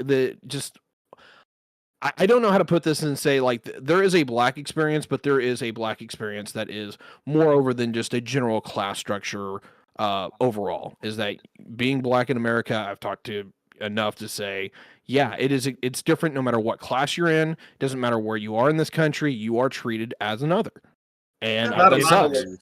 If the black experience is such an amorphous thing, as you put it, where really, regardless of what experience you have, you still had the black experience, then I don't think this is like valuable enough to have a fucking committee on, right? The question is, it was amorphous, though. I think he was saying the opposite. No. He's saying it's amorphous in the sense of, okay, somebody in Beverly Hills is going to be treated. Do you think somebody in the Beverly Hills, living in the Beverly Hills, like on their parents who are multimillionaires, okay, every day of their life, do you think their experience is going to be closer to the other white people in Beverly Hills, or is it going to be closer to a black person in living terms of like in downtown overall Harlem? daily life? In terms of overall daily life, probably closer to the Beverly Hills people. In terms of experiencing racism, probably still closer to other black people. Like, how do you quantify? If anything, it's actually how do you quantify more that? so because you're not the surrounded. black is like class. Using like the black experiences. Like, don't get me wrong, black people have a history in this country connected to class. Being black is like an inherent thing. Like, I'm not gonna, like, I hope to be financially, like, very financially successful. I'm not gonna, like, financially cross the black threshold and now I'm like something else. Like, at any point in my life, Wait. Does black culture? Does black culture exist? And if so, what is it? For sure, yeah. It's not poverty. I wouldn't consider that to be. What is it? The definition of culture. Let me invert this. Your lived experience. I'm about to say it's how like that relates to like the people around you. Let me invert this a little bit for Lactoid, Your but lived like experience. there is a, like, I would say there is some form of white culture out there. However, it is so ubiquitous, it's really hard to kind of nail down, right? Because I'd even say there's two different major ethnicities within what we call white people in the United States. We call them Yankee and Dixie. No one talks about it anymore because it hasn't been a thing since the Civil War. But, like, not only are they different ethnic groups, they're different culture groups too. It's a hell of a different experience among white people if you're in the literally north of the Mason-Dixon line versus south of it. Southern hospitality, that's a real thing. It's a fucking smokescreen, and I'm going to call it out for what it is. But you know what? You are going to be treated differently by those folks who are white in the South, which is where you versus what you are in the North. The issue is, though, Lactoid's not looking at just how people are, like, generally treated, right? Because, like, groups in society, that's why we have, like, advocacy, right? Advocacy is meant to be like, hey, these are our experiences, this is what's going on, and you advocate for your issues. But then, like, when you're creating these, like, government organizations, which is what Lactoid's looking at, and kind of what I'm, like, seeing too, like, where do you start deciding, like, what are these organizations going to solve at that point? Is it that they're there to point out at, like, issues that disproportionately affect these communities? And are those issues just going to be like, society generally treats these communities bad? Or are they going to be like, hey, these communities are affected by, like, XYZ specific thing, and this is how we can, like, deal with these issues? And then that the reality of, like, doing that tends to be that, like, those communities are larger communities that involve more people than just, like, one group. For sure, can I just give one example? Can I give one example? This is like the best example I can think of, right? If you created a board on police brutality, even though black people are disproportionately abused by police, right? If you had a board on police brutality, I would think it'd be more prudent to have, like, that board be made up of people who have been abused by the police, or maybe, like, know stats and, like, projections and, police culture and et cetera. Like, that would make more sense regardless of their color, rather than, like, 8 black guys from the Beverly Hills just because they happen to be part of, like, Black America. They don't have that same experience. I would rather pick people who are, like, maybe legal experts. Yeah, Gibbs. so let me just figure this real quick. So yeah, probably, but, like, Go ahead. It's fine. Let Gibbs go. Yeah, let me just jump in if you don't mind. So I think kind of what Lactoid is trying to say, or how I think he's trying to say it, well, this is kind of my opinion as well, is that if something's such an amorphous concept, right, that it can't be defined, and like everybody can experience differently. I'll use my own life, right? So I'm a very white passing Hispanic, right? Do I pass as like, oh, I can go be on the Hispanic board and be like, yeah, let's go and have the same experience as someone from El Salvador, or the same experience as someone from Cuba? So if the experience is, oh, this is all the Hispanic experience, we have an Hispanic experience, and like you want to put this on here and say we're going to define it. How are you going to define it? Because is an African American immigrant's experience as being a black individual going to be the same as the Beverly Hills guy or the white guy that he's trying to use that lives in Harlem or whatever? No, it's going to be a very drastically different experience, to the point that you almost can't define it. And if we can't define it, then what's the point of saying, oh, this is the experience, this is your life experience, actually, this is your like clear cultural relevancy that impacted you, that gives you this insight? Because the insight could be total bullshit that could be more relatable to somebody living in a very different culture, and you might be like, oh, I have a more applicable and similar life experience to this guy than I do to the person that may look like me. Who said culture is indefinable? I was gonna. I had to answer for that. The black culture is gonna be related to the same thing every other culture is. It's gonna be a combination of music, food, community, the type of people share it. Like these types of things are what make up the culture. But like the Oh, answer okay, to the tell me, question, what is Mexican food? What is like Tex-Mex? What is Hispanic food? Tell me what is Hispanic food. you're gonna deal with a lot of things related to beans, guacamoles, tortillas, tacos. We know it. We know it very. We absolutely know Mexican food when we see it. Baja Blast as well. Yeah.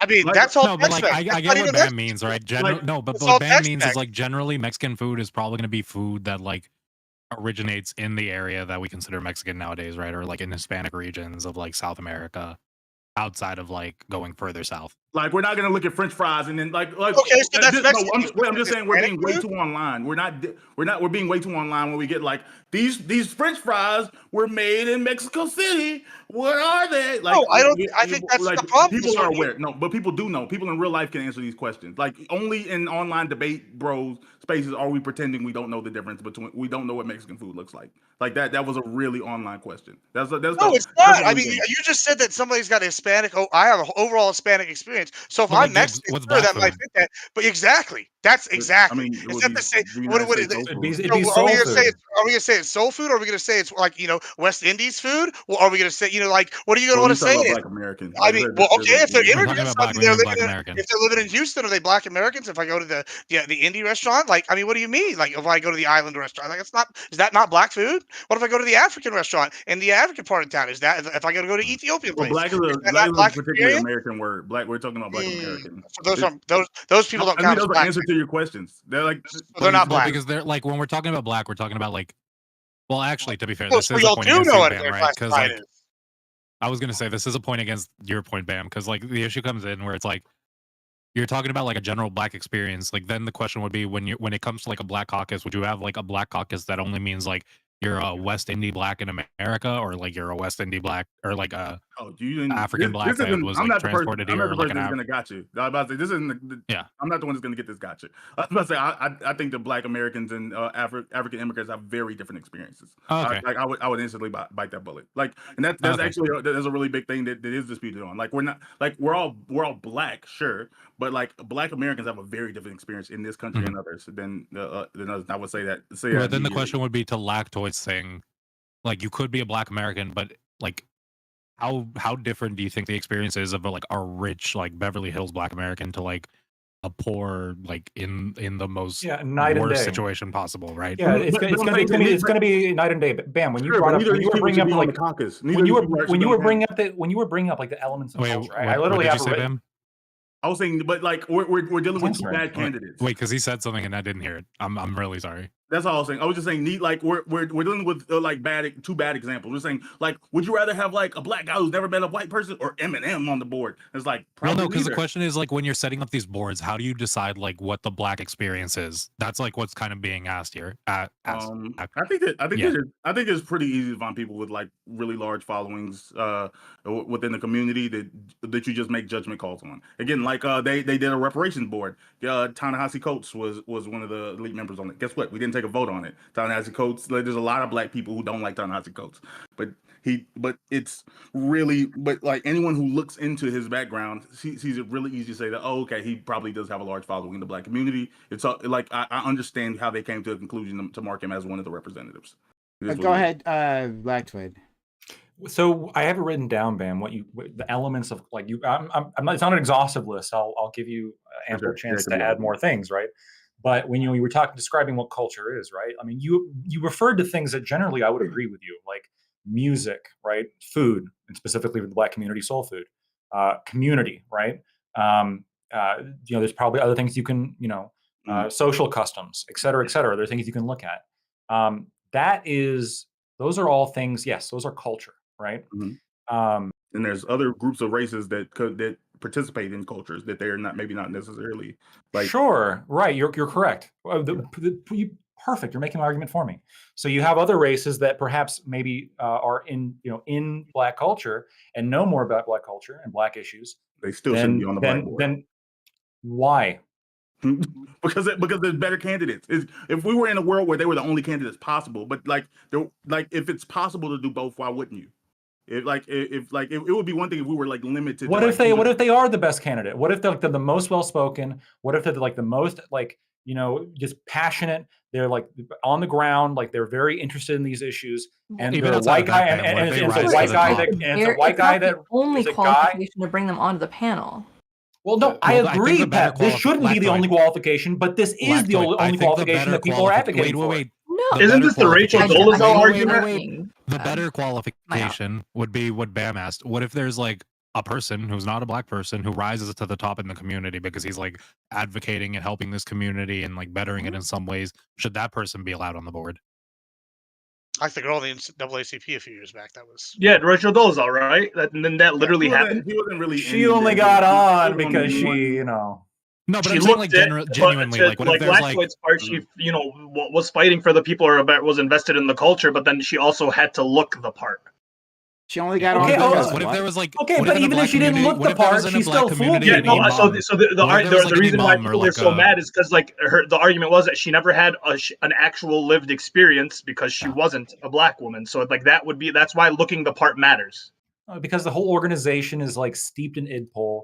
They're obsessed with genetics, just like the Native American tribes. They have blood quantum on their mind, blood and soil. They're obsessed with this stuff. And this is like, it's like these are like ethno-nationalists, right? This is the problem. So you have someone like Rachel Dolezal, who genetically isn't how they want her, even though she was so convincing that apparently she fooled all of them with her knowledge of Black culture. She was in, like, because her genetics weren't like her genetics weren't exactly how they wanted it. And she was so they fucking kicked her off. Like if she lived the exact lifestyle from birth to like when she got kicked off the NAACP, if she lived, under white parents, if she went to a white school or whatever the fuck, but she happened to be Black, the NAACP wouldn't, and said the exact same things, the NAACP wouldn't care. The reason they care is because her genetics. No, it's not pointless because ultimately this comes back to what I'm talking about, which is that this is motivated by ethno-nationalism. What you're saying didn't happen. Rachel Dolezal wasn't a member of any official NAACP board. She was a treasurer on one like city organization that was related to the NAACP. Rachel Dolezal wasn't an official member. She wasn't like because the story that came out was like Rachel Dolezal was actually like the national president of the NAACP until wait, I just googled it. Yeah, she was president of the NAACP chapter in Spokane, Washington. In Spokane, Washington, with like 7 members. This wasn't an official. Like, I don't even think they were officially. It's unofficial. It's an official chapter of the NAACP. Heck, what's the population of Spokane, Washington? It's a fucking city. I don't know. It's 100,000. It's a chapter of the NAACP. It is an official arm of the NAACP. And the only reason they got mad at her, it wasn't like national boards came down. Like it was a thing. Like, oh, okay, this thing, she's a liar. That like that. This wasn't like you failed the blood quantum test. Like you're like that. This was like. Can I just clarify something? Like everything. Just to clarify, because like I'm ignorant on this particular subject. But so, was Rachel Dolezal like genetically tested, and that's what actually occurred?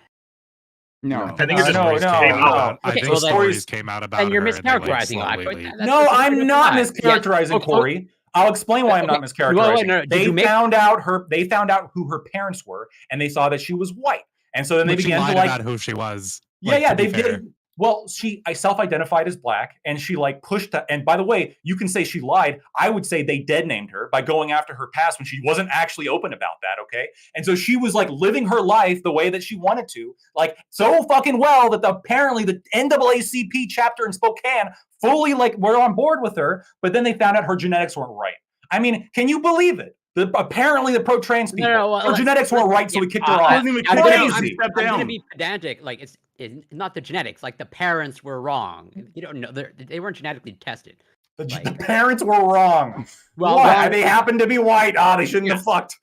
by that particular framing, yes, the incorrect. Yeah, framing. it's bullshit. But it wasn't genetic. The fact that we can blame her for like the fact that her parents were white it's just so it's just again I think reeks of Wait, you think it was strange that she voluntarily stepped down from a position? Do you think it's strange that she did that? She was pressured. Of course she was, because she's a liar. It's being pushed on the media. Number one Dolezal fan right here, bro. Okay, Like, no, but- hold on. but like- the OnlyFans stuff is weird though. No, Okay? but you I'm made not- the I'm not on board thing with that. out. Wait, but you are going down this diatribe of like the national NAACP came down and they said that Rachel Dolezal, your parents are white, get the F out of here. Versus She received received threats in the mail. from the NAACP. We don't know who they're from. All we know is that there was a lot of pressure Yes, on we her. can tell if the NAACP is out an official organization or not. We can tell. We know that. We know that it wasn't from the NAACP. She's This is the biggest. She was a chapter president. I consider her literally her official statement. She was a chapter president. She was the president of an official NAACP chapter in Spokane, Washington. I see the separation of family organization outcomes is best for me in the interest of myself. My apologies to the NAACP. She literally stepped down herself because of her. Why did she step down, Bam? Was it maybe the swastika she was receiving in the mail? Was it maybe the threats? Was it maybe the public outcry and pressure from the rest of the NAACP calling her? Literally, none the NAACP didn't pressure. Maybe I'm just like either I'm getting gaslit right now, or I've got a wildly wrong memory about what actually happened at that time.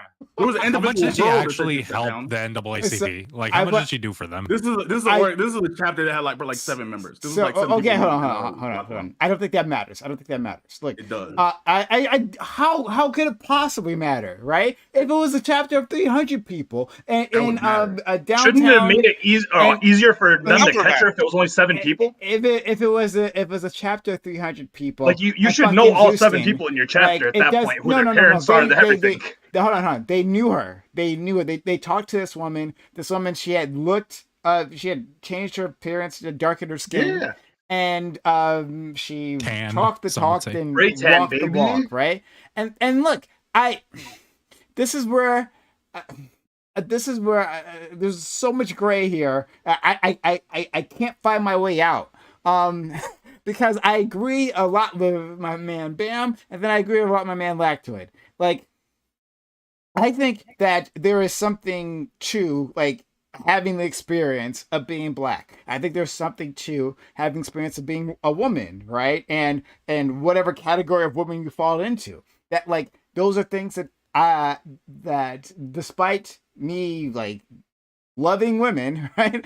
Like I can't know those experiences. I can't possibly have them. They're going to be blind spots to me. Right? In fact, when I talk to women, they tell me about the experiences. I'm like, oh shit, really? Like, because I didn't know, right? Even though I am not anti-woman, like I didn't know about those things. So for being black, there certainly are going to be experiences that I have and things that I go through that others are just not going to get. It simply is the case. But what Lactoid said, of course, is not crazy talking about what is a black experience. That's like that goes to the heart of the question as to like what are we measuring here? What are we measuring for? What is actually valuable, right? Is going through poverty? Is that the black experience, right? As Bam says, that can't be it. And I agree with him. Is it through going through police violence? Is that it? Well, no, I haven't gone through any police violence in my life. Does that mean that I'm not? I can't be on the black panel?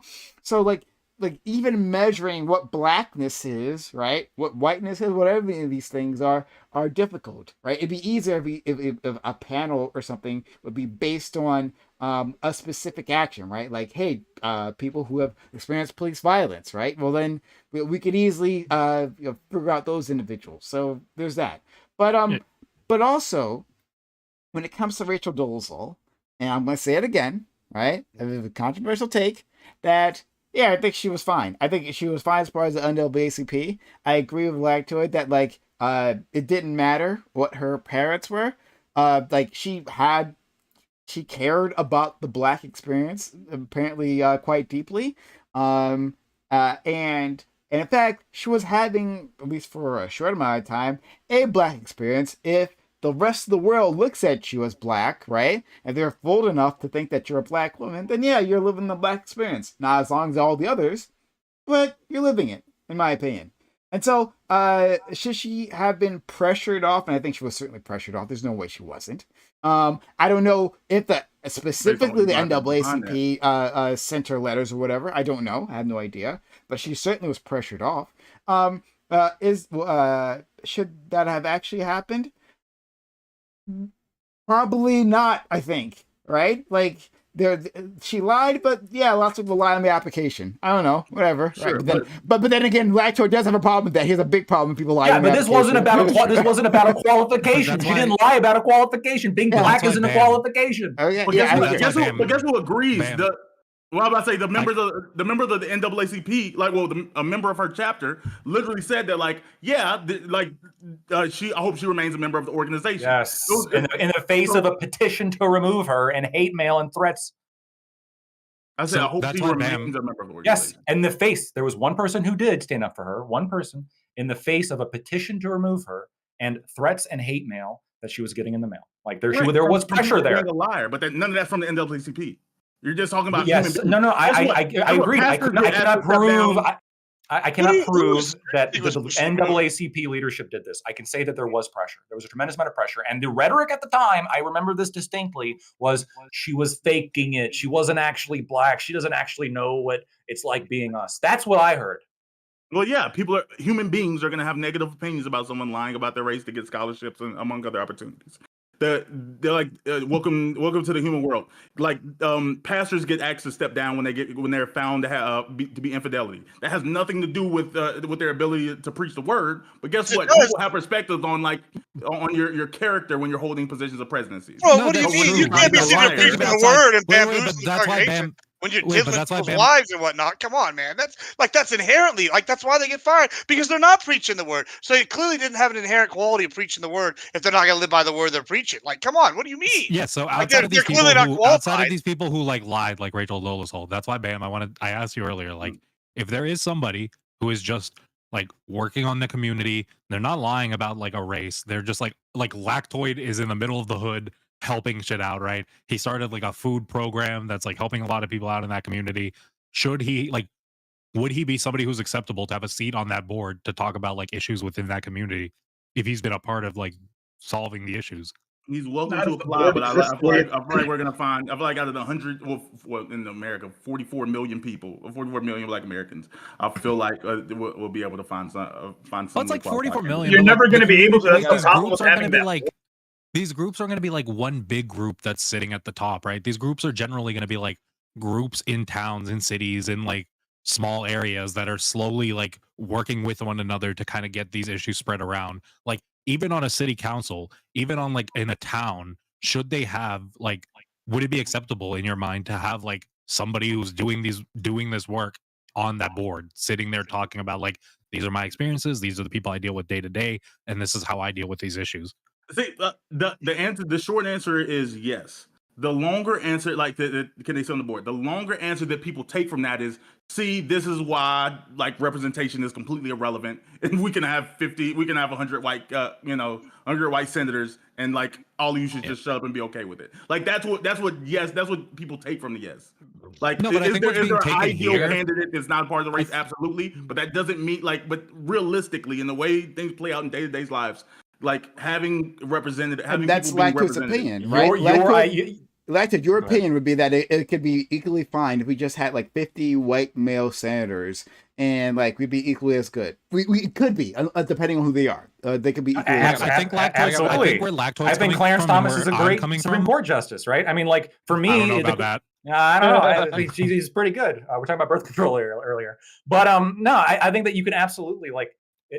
For me, this is gonna sound so fucking cliche, okay? But for me, skin color doesn't matter. It's all content of your character, right? It's not color of your skin. It's content of your character. If you are like, if you are the most, if you are the most. Well, I'm sorry if he didn't, because then that lowers my opinion of him pretty dramatically. Okay? That's okay. Because at the end of the day, if you can do the job better, right, you should get the job. If like you're talking about some national organization, you keep saying, well, like there's gonna be like qualified Black people, so we don't, you can feel free to apply, but you're not gonna make it, right? But like, what if a white guy was like turned out like he was just like the best applicant, right? He was the most committed. He was like had by far logged the most hours of walking door to door. Should he get it? The Prince of Persia argument. Jake Gyllenhaal is the Prince of Okay. Persia. So it's based on merit. But this is what they guess, because again, they're like, Black people need to just shut up and get out of Congress. Yeah. Like that's what it is. I'm not saying that. I'm gonna be honest, Bam. I don't think That's this is the part If the that Black guy matters. gets elected, then he goes to Congress. That's how that works. I got a question. I think if anything, for Bam, Prime. all of the arguments point more directly to like, when you focus on these issues, it's probably more worth it to focus on like the issues themselves and how they affect these communities, and then just like work from people dealing with them, than focusing on like who are the people that we need to look at directly to deal with these issues. Let's go to Ali. Ali and Ty. Oh, Lactoid. So then, if there's a movie, it's a Black movie. 2 actors, a Black actor and a white actor go up. The white actor is better than the Black actor, but the white actor has to do blackface. That's cool. Yes, I'm fine with Netflix. Okay, Netflix is doing this all the time. They just should be comfortable doing the other way around too. I want to whiten Martin Luther King. Why not? Yeah, Jake Gyllenhaal is the Prince of Persia. All right, Sure. interesting. I got a question for Lactoid Prime. wants to play. The one exception I have is if the movie is based on like a prior movie or a book, and they race swap the character, it breaks the continuity for me. I don't like it. But if it's just like a fresh approach, I'm fine with it. But again, I'm not shouldn't make Lactoid the representative of all conservatives. But I absolutely No, you should not. Yeah, I shouldn't. Like I said, but it's that like I am on the board, so therefore I must be the representative of the conservative opinions, right? Yeah, but I'm saying that like there's a lot of like conservatives that like generally like meritocracy, and then like to get him like I said, a movie or something comes out, and like I said, like as soon as you use a trans woman, and now it's like, wait a minute, mother effer, like this is like meritocracy, like maybe she was just a good actor. No, representation matters. No. Look. So the reason why these movies get so much criticism is specifically not because it's based on merit. It's because they are intentionally race swapping people, not because it's because they are intending on race swapping people, right? No, the not even Oscars. that. No. It is that, because the Oscars put out like guidelines that in order to qualify for an Oscar, you have to have a certain percentage of your movie be a different race or be specific genders, or a certain percentage of your production crew has to be a particular race. So you have now this weird fucking rule where it's like, oh shit, like I can't make a movie about medieval Europe anymore. I got to figure out how to like work in Black people. Otherwise, I'm not going to qualify for these awards. That's not true. 1914 was like 100% white people. Well, let me give you another example. You can even look at I think that was before the new rules. I can post them for you. But yeah, you can send. I know the rules you're talking about, and also doesn't necessarily have to be people in front of the camera, people behind the camera, right? Yeah, just like So this is not about merit then. This is like about I want to hear Ty's the one been trying to get in for a while, so let's get Ty. I'll probably bully on topic too, but like. I just want to ask this because I think it's relevant, and this really goes to you, Prime. Is just what's your qualifications if you can put it into words for ABE? Like who are you going to invite? Like I'll meme here for a minute and be like, Lactoid Osiris gave me the black card. Do I qualify yet? You know, go from there. I want to see you chew on this one a little bit. Actually, I gave you the black card. no, I Black? said. Did I say lactoid? You said I meant lactoid. I He did said say black. lactoid, bro. I am so sorry. Black No, Toy, quit thinking all black. Lethe and He's Osiris. just scanning those eyes. Blactoid. Yeah, lactoid give me the black. No, Yeah. Lethe and Osiris. Lactoid because he doesn't believe in like authoritative bodies, right? He's like Cool, I have 3 making now. he's making fake black cards in the back, right? But yeah, okay. What are the qualities? Look, TikTok AI made me black when I used it once. I think it would. Like for me, it's not as if I have like a bunch of people like breaking down my door, like trying to get in, right? So I have to like choose among a bunch of individuals. I see like a person that looks black, right? And I ask them, "Hey, are you ethnically black?" And they're like, "Yeah." I'm like, "Cool," and also like interesting, right? Like they're an interesting person. Then I let them on. That's it, right? That you can hold up your end of a conversation, and that you're ethnically black. I just ask them straight up, rather than making assumptions. I did that before, and that's a bad idea. So yeah, and then to my friend Lactoid, you said, and this is just like part of the problem. You said before that like, you know, if we had 50 white male senators, right? Like depending on who they are, right? That we could have, they could do just as good of a job, right? Because they could be more qualified for the job. But what does that mean? What are the goals, right? Like, so I can find you 50 competent white men, of course, right? And I can put them in the Senate and they can run the country. Of course I can do that. But like, are they going to ask the same questions that a black woman or a Muslim woman would ask, right? So we've had like Rashida Tlaib. I think she's like the first Palestinian American congresswoman, and the things that she has said and the stances she has taken are because she's Palestinian. Others just haven't done those before. But because she has that experience, because those things are important for her, she has done it. So she can do equally as good as a job as a white individual that you put in there, right? But that white individual, competent as they may be, might not bring up like these different perspectives. Not because they're evil or racist or anything like that, because it simply does not occur to them. And that's the problem. So when we're saying doing as good of a job, what exactly does that mean? How are they representing like different constituents in the way that they would need to, bring up their issues in the same way? Like, Yeah. So the question of merit when it comes to politics is difficult because oftentimes it revolves around subjective and like moral issues, often like with abortion, for example. But you know, I still think you can find some kind of metric in the sense of you know, who is able to most knowledgeably and effectively represent the interests of their constituents. And I think that you could apply this to any job, right? Who is most effective at being able to accomplish the task that they have in the market? And just to prove to you, right? I think this is pretty definitive proof. Um, Maybe you disagree that this is a principled stance taken by myself and libertarians and conservatives. Is affirmative action has been like the biggest thing that the biggest like marker of this that people have been on the right generally have been railing against. And affirmative action, you know, it's a not actually like the Harvard data came out. It's not, it affects white applicants, but not nearly as much as they thought, right? It's actually a pretty insignificant percentage of white people who are rejected because of affirmative action. You know who it affects the most? Asians. Dramatically, like twice as many Asians would have gotten into Harvard without affirmative action, and only a third of black applicants would have gotten into Harvard if it wasn't for affirmative action, right? Asians were getting eaten alive. And you know who, like, you know, funded the, you know, who brought the lawsuit, who was funding the lawsuit, and where most of the hoopla was about, these fucking Asians are doing better on like the objective metrics. Why are we discriminating against them? And Asians are not white people, right?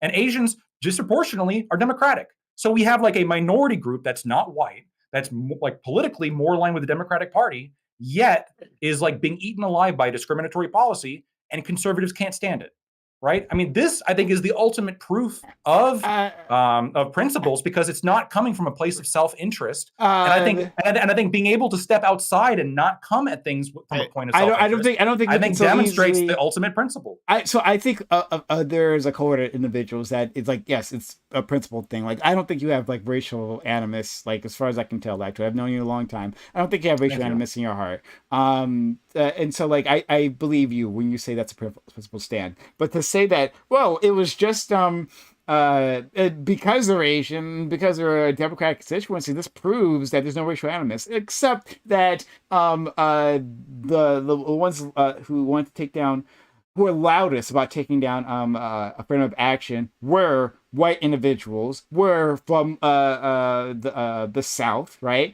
Were individuals who have been trying to limit black advancement, like for literally centuries, right? There's like a through line within American history we can see of this resistance to black advancement. So let's not pretend that this is all some sort of principle stance. We know this, but like back then, this was data on this. Like that, because the data is different, varies from school to school. Like, even if you ask the experts on like how is affirmative action even written down, like you could make it say like this is what came out, this is what the data related to Harvard. I haven't even seen that specifically, but I'm going to take your word for it. But like that varies dramatically from school to school on how they select. No, it actually doesn't. Like school by school. No, Asians are like Asians are the most discriminated against like racial group. But I'm saying that they're still going to be realistically. Affirmative action, how it works out though, is for every school, how affirmative action works out is that it has to work out this way because the goal is to increase diversity. And so when you create new spots for like traditionally underperforming racial groups like Black people and Native Americans, those spots have to come from somewhere. And where do they come from? They come from the groups that disproportionately get into the schools, which is Asians, because they overwhelmingly do better. No, like on the test scores. This is just headcanon right now. I'm saying that we literally data. This is statistical data. I'm saying this. I can send this to you.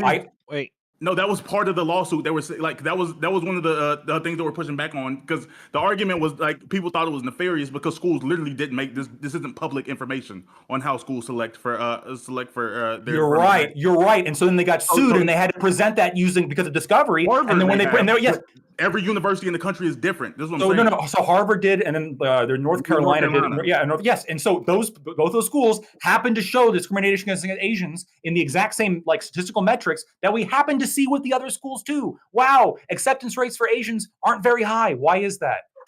So, Gibbs, you've been trying to say something. Then we'll move on to the other topic. I like this. Kind of keeps coming back to kind of where I'm at. Y'all talking about Asians being disproportionate. Like, I'll give you an example it's an anecdotal example I experienced. So when I was in high school, right, like I said, I look like I do, and I come from Hispanic background, and I went and applied for a scholarship from LULAC, which is like the Mexican American organization, right?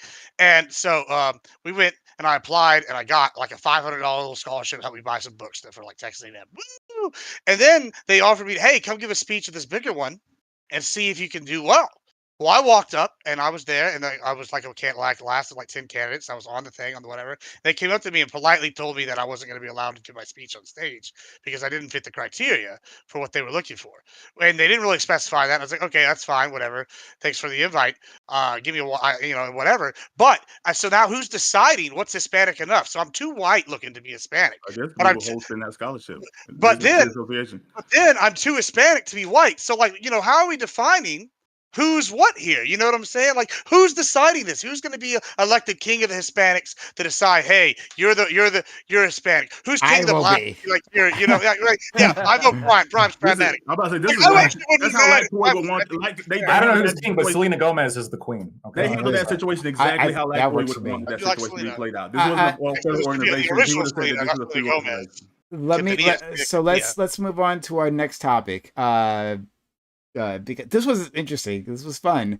I didn't expect us to go in this direction, but this is why I love free discussion, because oftentimes we just organically come up with really well. It's not like going off the weeds. It's just like we come up with something really interesting that I wouldn't have because here's the problem with coming up with topics, right? Is that I can come up with a topic. and I can think it's super interesting. And it could be a topic that I had success with in the past, right? We had a really discussion, but the specific mix of people in their specific mood at that specific night might be different. And so that all of a sudden, like, we don't have a really good conversation, right? So when I leave it up to you guys who are here right now, feeling the way you do, to come up with a topic, you guys come up with something that you're invested in. So it's like, makes it a lot easier, honestly. As a fellow panel creator, like, do you usually do the topic before the guest or the guest before the topic? Because sorry, go ahead. Yeah, because I tend to do like the topic, and then I'm like, all right, who would be good for this? And because I only do 6 people on my panels, and I'll be like, all right, law enforcement, right? So it's going to be Connor, I'll bring Prime in, people who would have some kind of like vested interest in like that discussion. But I also plan in my head, particularly with my producers, where are those people going to try to take the conversation? Because there's certain people that I won't invite on because it's going to go completely off in the fucking left field. So I'm kind of curious for like what your thought process on it. Yeah, like it's always a topic before the participants, unless of course like I have someone specifically in mind, like Erudite. I know that she likes certain things, right? And I really want Erudite to come on, and so I'll like make a topic for Erudite that she'll feel comfortable with. But beyond that, like it's like I also have to face the reality of the situation, and that like I will reach out to people who I think will be interesting. Like if there's a foreign policy question, I'll reach out to my friend Ty, my friend Jonathan or Jay Chow. Yeah, I'll hit them up. But like I also, it's whoever says yes. So like that's all that matters. It doesn't matter if you have expertise in this, right? If you're not going to come on, then that whatever, right? Right. So topic first, and hope for the best of panelists. So it's just the way it always is. Okay, so to that, we're gonna go to that topic in a second. But guys and gals out there and YouTube and Twitch land, if you've been enjoying this, what just happened, right? If you liked all that, you thought that was an interesting conversation, consider supporting this channel. We do need your help. This channel doesn't survive without your assistance. So consider subbing to the channel if you're on Twitch, right? Gifting bits, gifting subs. If you're out there with a Amazon Prime, just Prime Gaming, use that one free sub per month. Here, it's free for you, but does a lot for us. And so consider helping out this channel. It's like you find yourself coming back here often, and experiencing the magic here, right? Like experiencing some sort of emotional response, right? Usually rage, brought on by Lactoid. Then, hey, help us out so that we can have more of that. Like Lactoid doesn't come on unless I pay him, right? Like he's a $5 individual. Pay him in black cards. Black cards. So yeah, consider helping the channel. And if you're on YouTube land or Twitch land, consider using a super chat or a hype chat. If you're out there and you got something to say at a panel and you're like, you know what, F these guys and gals here. You guys don't know what you're talking about. And you want to interject, right? And you want to insult someone, that's fine too. Use a hype chat or a super chat, and I will read out those comments. That's how we help us out. They can erase forget them 300 bits. Despite all the racists piling onto Lactoid, the only thinker here. There you go, Lactoid. You got a fan out there. Just the one. Okay, so let's continue. I was muted, but I said you do have a big head, Lactoid. You are the thinker. Look, it's about who you get, not how many, right? Okay. Thanks. Thanks so much, guys. Let's go on to our next topic. And I hope this is interesting. We'll find out. There is a race among pharma companies to get popular weight loss drugs such as Ozempic covered under private insurance. Commonly in the US, obesity is considered a cosmetic issue rather than a chronic disease. But there's also an understanding that obesity has deadly consequences. Should the general public be forced to pay for expensive obesity drugs through their insurance premiums? Is obesity a chronic disease or a cosmetic issue? Does obesity deserve a societal response or just an individual one? And if you're from a country that gives a damn about its population has governmental health care, then like should it be covered under your governmental regime? So yeah, Ozempic is huge, right? The more I hear about this drug, it's like it's incredible. There's so many people. There are so many people on this drug right now. And my understanding of it, and someone can correct me if I'm wrong, if I do apologize, but like my understanding is that like it's more of a like a neurological thing, and like it keeps you from like being hungry, and that's what makes you drop the weight. And so people have to generally stay on it, because if you get off of it, well, and you haven't changed your habits, well, then the weight just comes right back on because you're just doing all the same things. So you're just like making you less hungry, and it's highly effective, and a shit ton of people are on it, but it's not covered. It's not covered by insurance in the States, and so it's very expensive. So to expand their market dramatically, now these pharmaceutical companies that are producing Ozempic and others like it want to find things that are covered, right? Uses for it that are covered. So like if it helps with like heart disease, because you are less fat and you are less likely to have heart disease. Is that good enough to get us covered? Okay, great. If it's covered under insurance, they're going to make a ton of money. In any case, like, how should society deal with this? Should we be looking at obesity as something that deserves a collective response, or is this just like up to you? So let's start for friend Lactoid. Yeah, so these drugs are pretty fucking cool. They're peptide agonists. So essentially, how they work is your body has neurotransmitters that tell you, hey, I'm hungry. They'll tell the stomach to do certain things, digest food, and this essentially blocks those and says, hey, stop doing that. And so you feel full and you feel less hungry, even though maybe you didn't eat as much as you normally would do. And so it is, and that's how it functions. That's how it doesn't actually like itself burn through fat. It just makes you want to stop eating. So it essentially is, if we're being honest, a chemical replacement for self-control, right? This is what this is. We have people who have maybe an impulsive eating habits or drinking habits, and they just don't really have the willpower to stop. And they can take a drug, kind of similar to like nicotine patches, that will quite literally, make it easier for people with lower self-control to not engage in the habits they were engaging with, and then thus they lose a whole bunch of weight. I think this does two things. First of all, I think it kind of blows a hole in a lot of people's conception with how consistently this helps people lose weight. I think it blows a hole in a lot of people's conceptions when they say things like, well, I'm just naturally this big. This is like not true, right? Human beings are not meant to be obese. We're not, go back 50, 60 years, you're not going to find nearly as many obese people. And you go back 100 years, you're barely going to find any. That, as we probably would expect, that turned out to be just a cope by addicts, and addicts will say anything to justify their current addictive behavior. Now that we have this mind-changing chemical, should we allow, mandate, I suppose, insurance companies pay for it? As an answer that might come to a surprise to nobody, we should not be making insurance companies pay for anything. They should be able to contract with people to pay for weight loss drugs. And I think that to me, the answer seems pretty obvious as you see the health effects. If they're positive enough from this drug, then insurance companies are going to want to provide them in order to keep their other costs low, such as emergency room costs, et cetera. The question is, right now the pricing is pretty high. It's essentially kind of gouging. I think it's like $1,300 per month, $1,500 per month, something around there. So, I mean, they're going to have to negotiate that price down if it's going to become a thing that people, get prescribed consistently. But no, we shouldn't force insurance companies to do it. But I think it's a good development, and the U.S. develops more drugs than anywhere else on the planet, so we should keep doing it. Okay, thank you so much. Let's go to our friend Corey.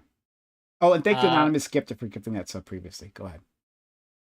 Yeah, well, first I have to correct some of the information that maybe Lactoid inadvertently said incorrectly. So it's He did it on purpose. Don't give him. I watched a video from a doctor, so I know I'm right. Which doctor? Doctor of the YouTube said licensed doctor in the bottom comment section. And they mentioned neurotransmitters. It was some, yeah, I think so. Peptides, right? Oh, peptides are not neurotransmitters. Ooh. Yeah. Oh, School shit. him. School him. Oh, buddy, here we go. Search the transcript. I was dare waiting for you. this. I beg of you. If it says neurotransmitters anywhere in the YouTube video, Okay, I'll look for it. If I said neurotransmitter, I meant peptide. I apologize. it is a peptide agonist and it binds to a receptor. But as far as I know, based off of the research and based on what I know of the mechanism of action, it is not affecting the neurotransmitters in your brain. Okay, it is affecting your hunger levels, your experience of hunger, but that is largely regulated by hormones such as leptin or ghrelin. And hormones are not peptides. Hormones are not neurotransmitters. But all that to say, also in the topic. So Obviously. yes. So I would follow, let's say, the American Medical Association, where I think like almost 10 years ago, they classified obesity as a disease for, I think, good justifiable reasons.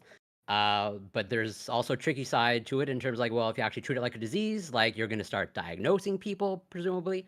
And how we actually classify obesity, some people might have to take issue with in terms of like going by BMI, et cetera, et cetera.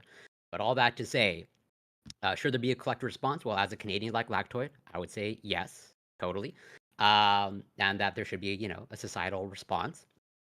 And as to Lactoid's point, I think the research is going to come out, if not, it's already coming out, that like on the whole, it's just going to be an overall a cost-saving measure. In terms of like generally speaking, it is better to prevent heart disease, type 2 diabetes, and a whole host of other disease and conditions associated with obesity than it is to treat it after the fact.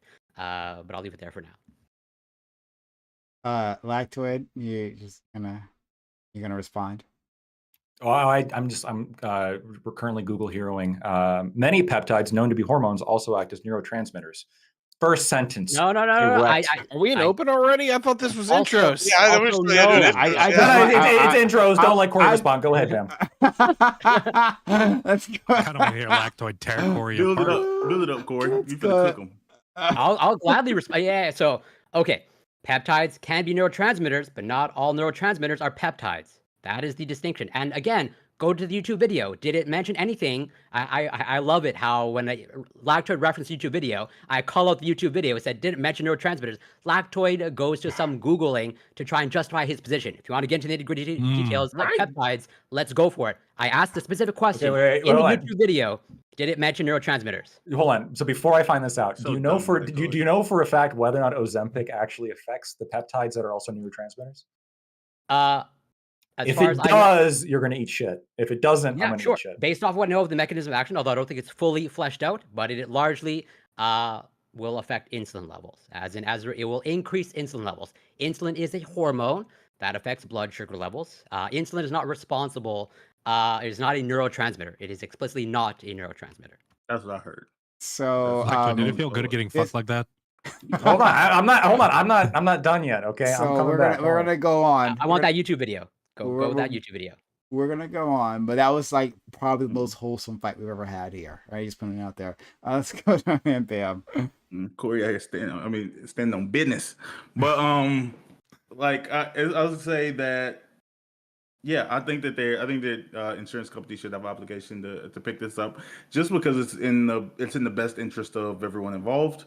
I think that like if you could create one ideal miracle drug, like there's like what's gonna lead to the best overall health outcomes.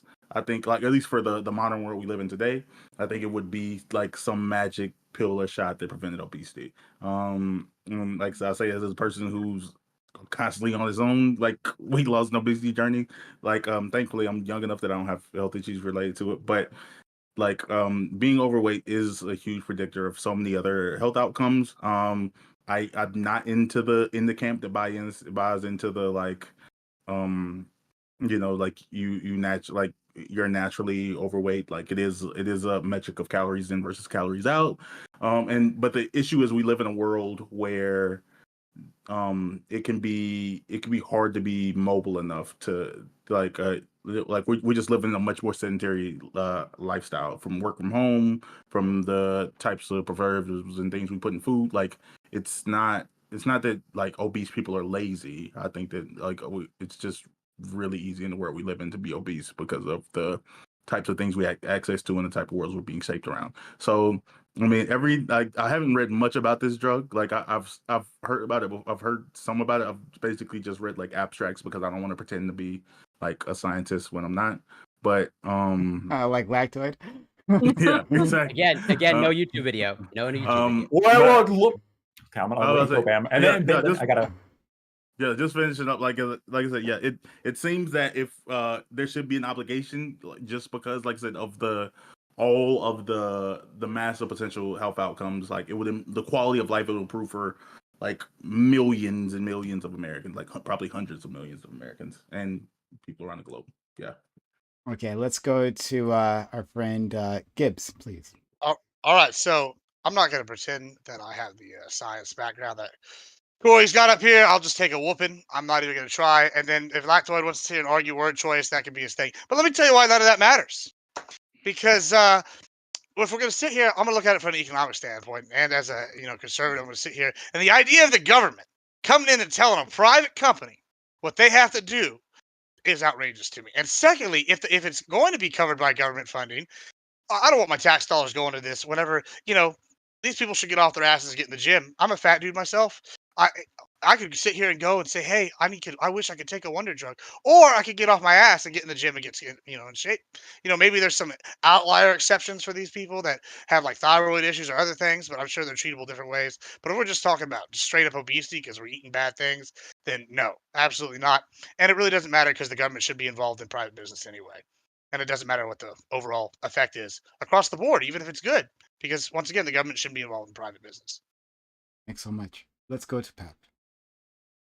So I think it only benefits everyone if less people are obese. Like it costs the country, like I think I was reading something up to like $1 trillion, possibly, definitely in the billions, in terms of dealing with like the health side effects and the costs that like the whole society as a whole kind of incurs from people being obese. And also, I think it would just be, even if you're just being solely pragmatic and selfish about this, like it still helps people, even if you don't care about other people being healthier, it makes it more convenient for you on like planes if less people are obese, or like on public transit. There's like lots of circumstances where people like to bitch and complain about obese people, and like those would be possibly solved. There's like lots of just society-wide kind of implications that where things would be a little bit less of a hassle for everybody, obese people included, but also non-obese people could benefit from this as well. But largely, it would remove a lot of potential health issues, and make people's lives a lot better. So I do think that it would be very, very valuable to have this covered. I think the laziness angle is kind of just, I don't know. I think it's very, very silly because just pragmatically speaking, like even if people are being lazy, if those lazy people could take a pill and it would make us have to spend less on taxes to like cover like hospitals for people who don't have insurance but still have to go in because of like diabetes related issues, like having like foot amputations, or like if they don't have insurance and then their foot gets gangrenous and then it like things get complicated the less care people have. So if you could head that off at the curve, like it would save a ton of money.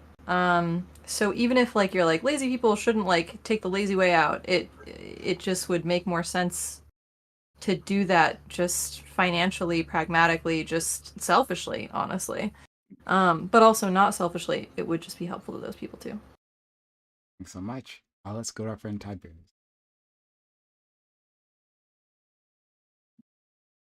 You're muted, friend.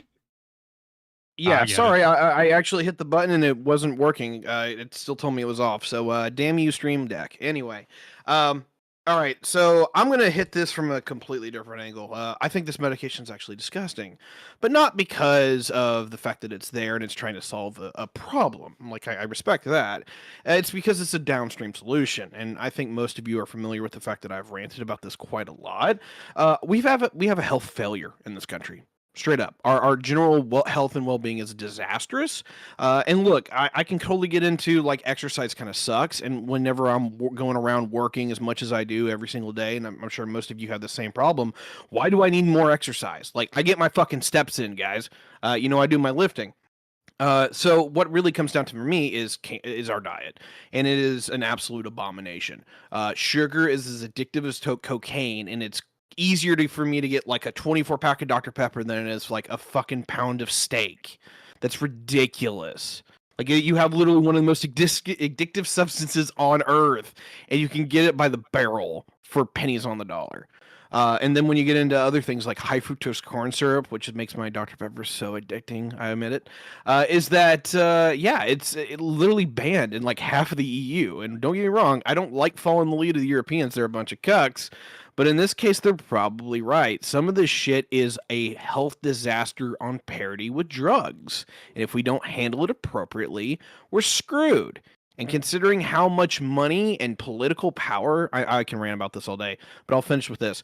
As much money and political power that is literally within food and health within the United States government, that is like the untold story of the last 10 years, is how the FDA has been hijacked by some of the most crazy people who demand that you should get 10% of your calories from fucking sugar.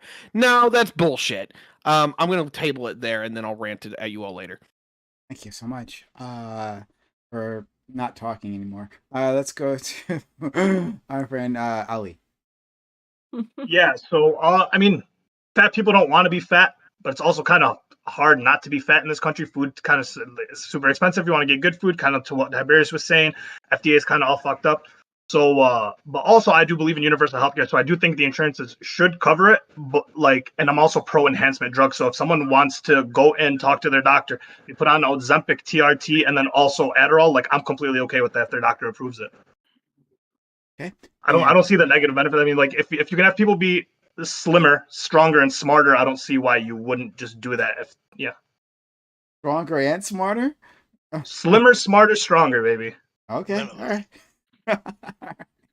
Let's go to FK then. Yeah.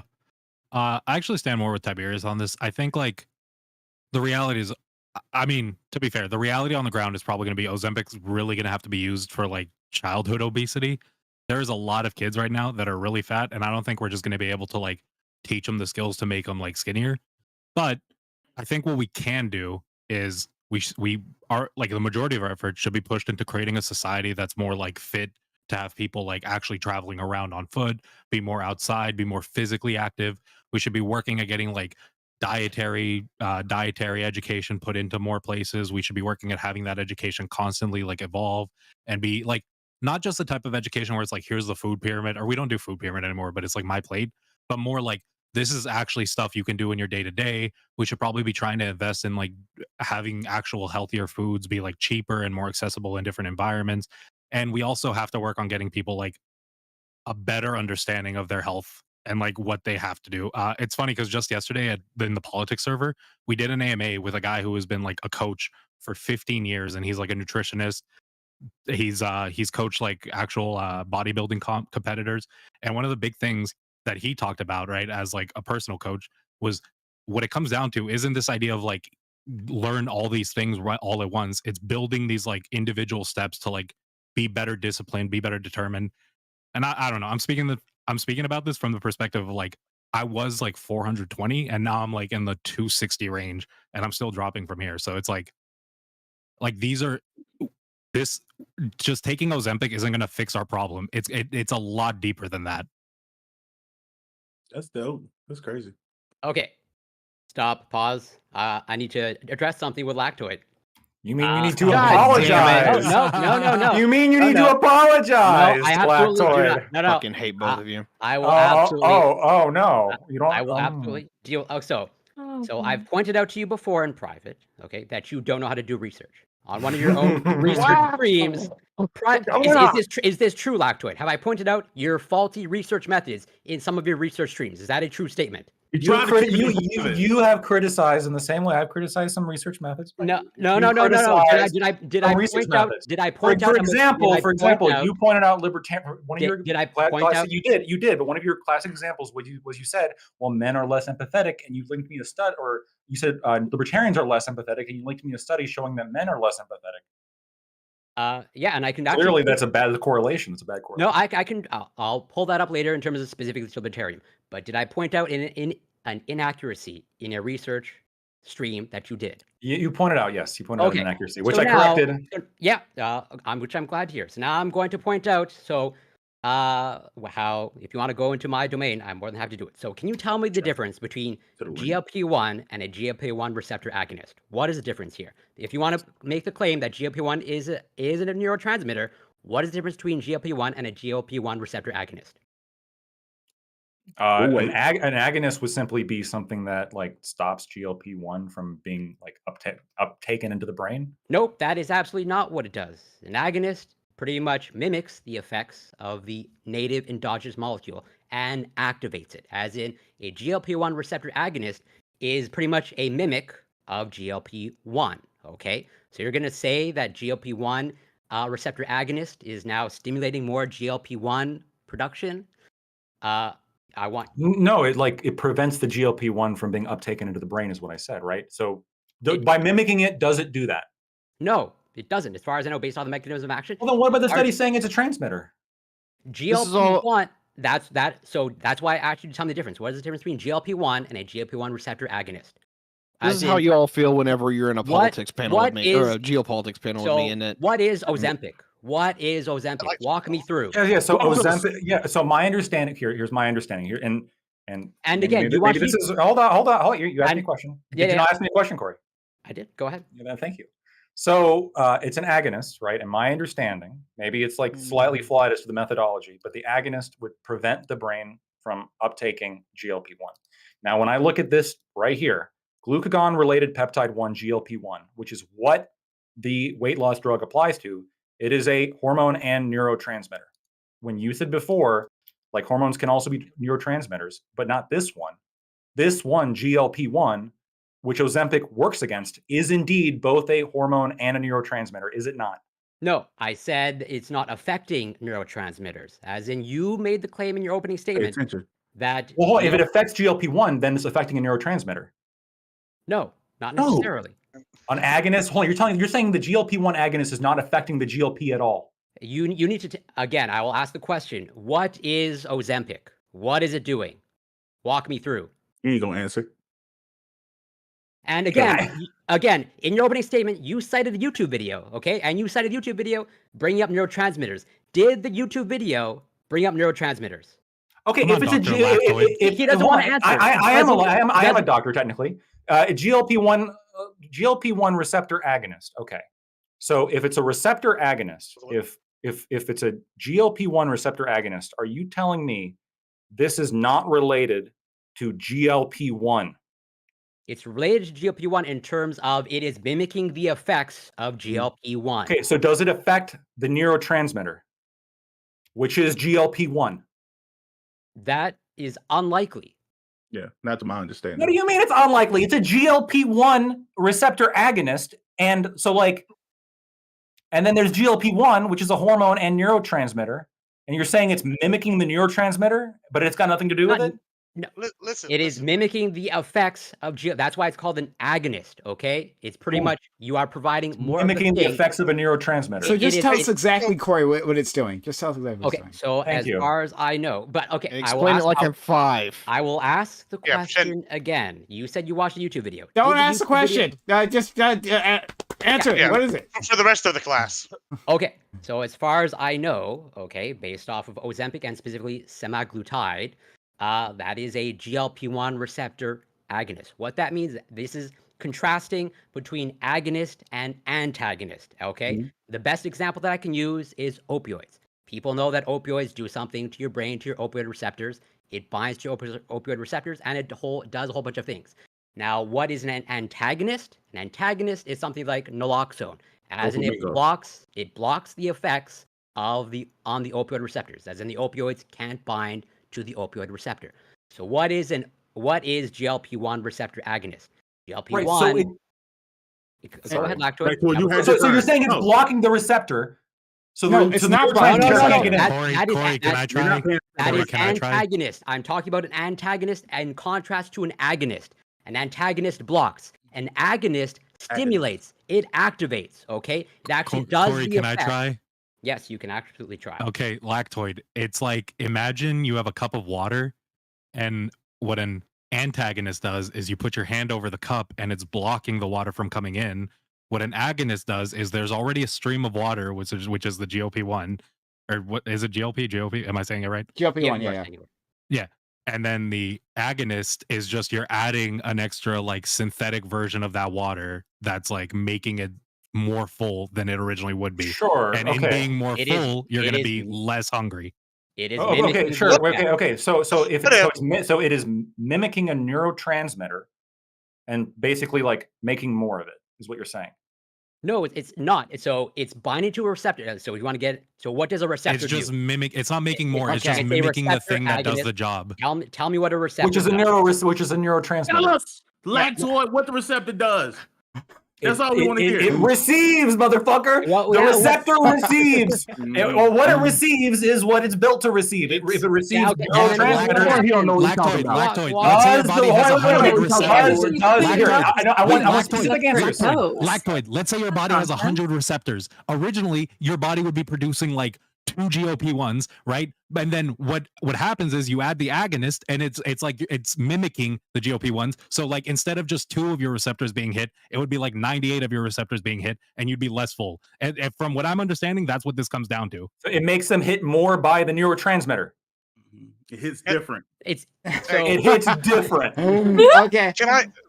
it Can is we binding get- to the receptor, and it is likely altering gene expression, resulting in increased insulin production. Okay. How does it? Okay, does Okay, it okay, do with okay, GLP okay. have We've anything gone to too do with it? far. We've gone Because too when far. the If you all receptors have- hit, we you had- increase okay, insulin okay. production, and it's Okay. just more of them being Okay, hit. okay. Sorry, I let this go on because like I like Lactoid getting dunked on. Okay, so that's like my thing. I think this is pedantic. It's my It is not it's my fetish.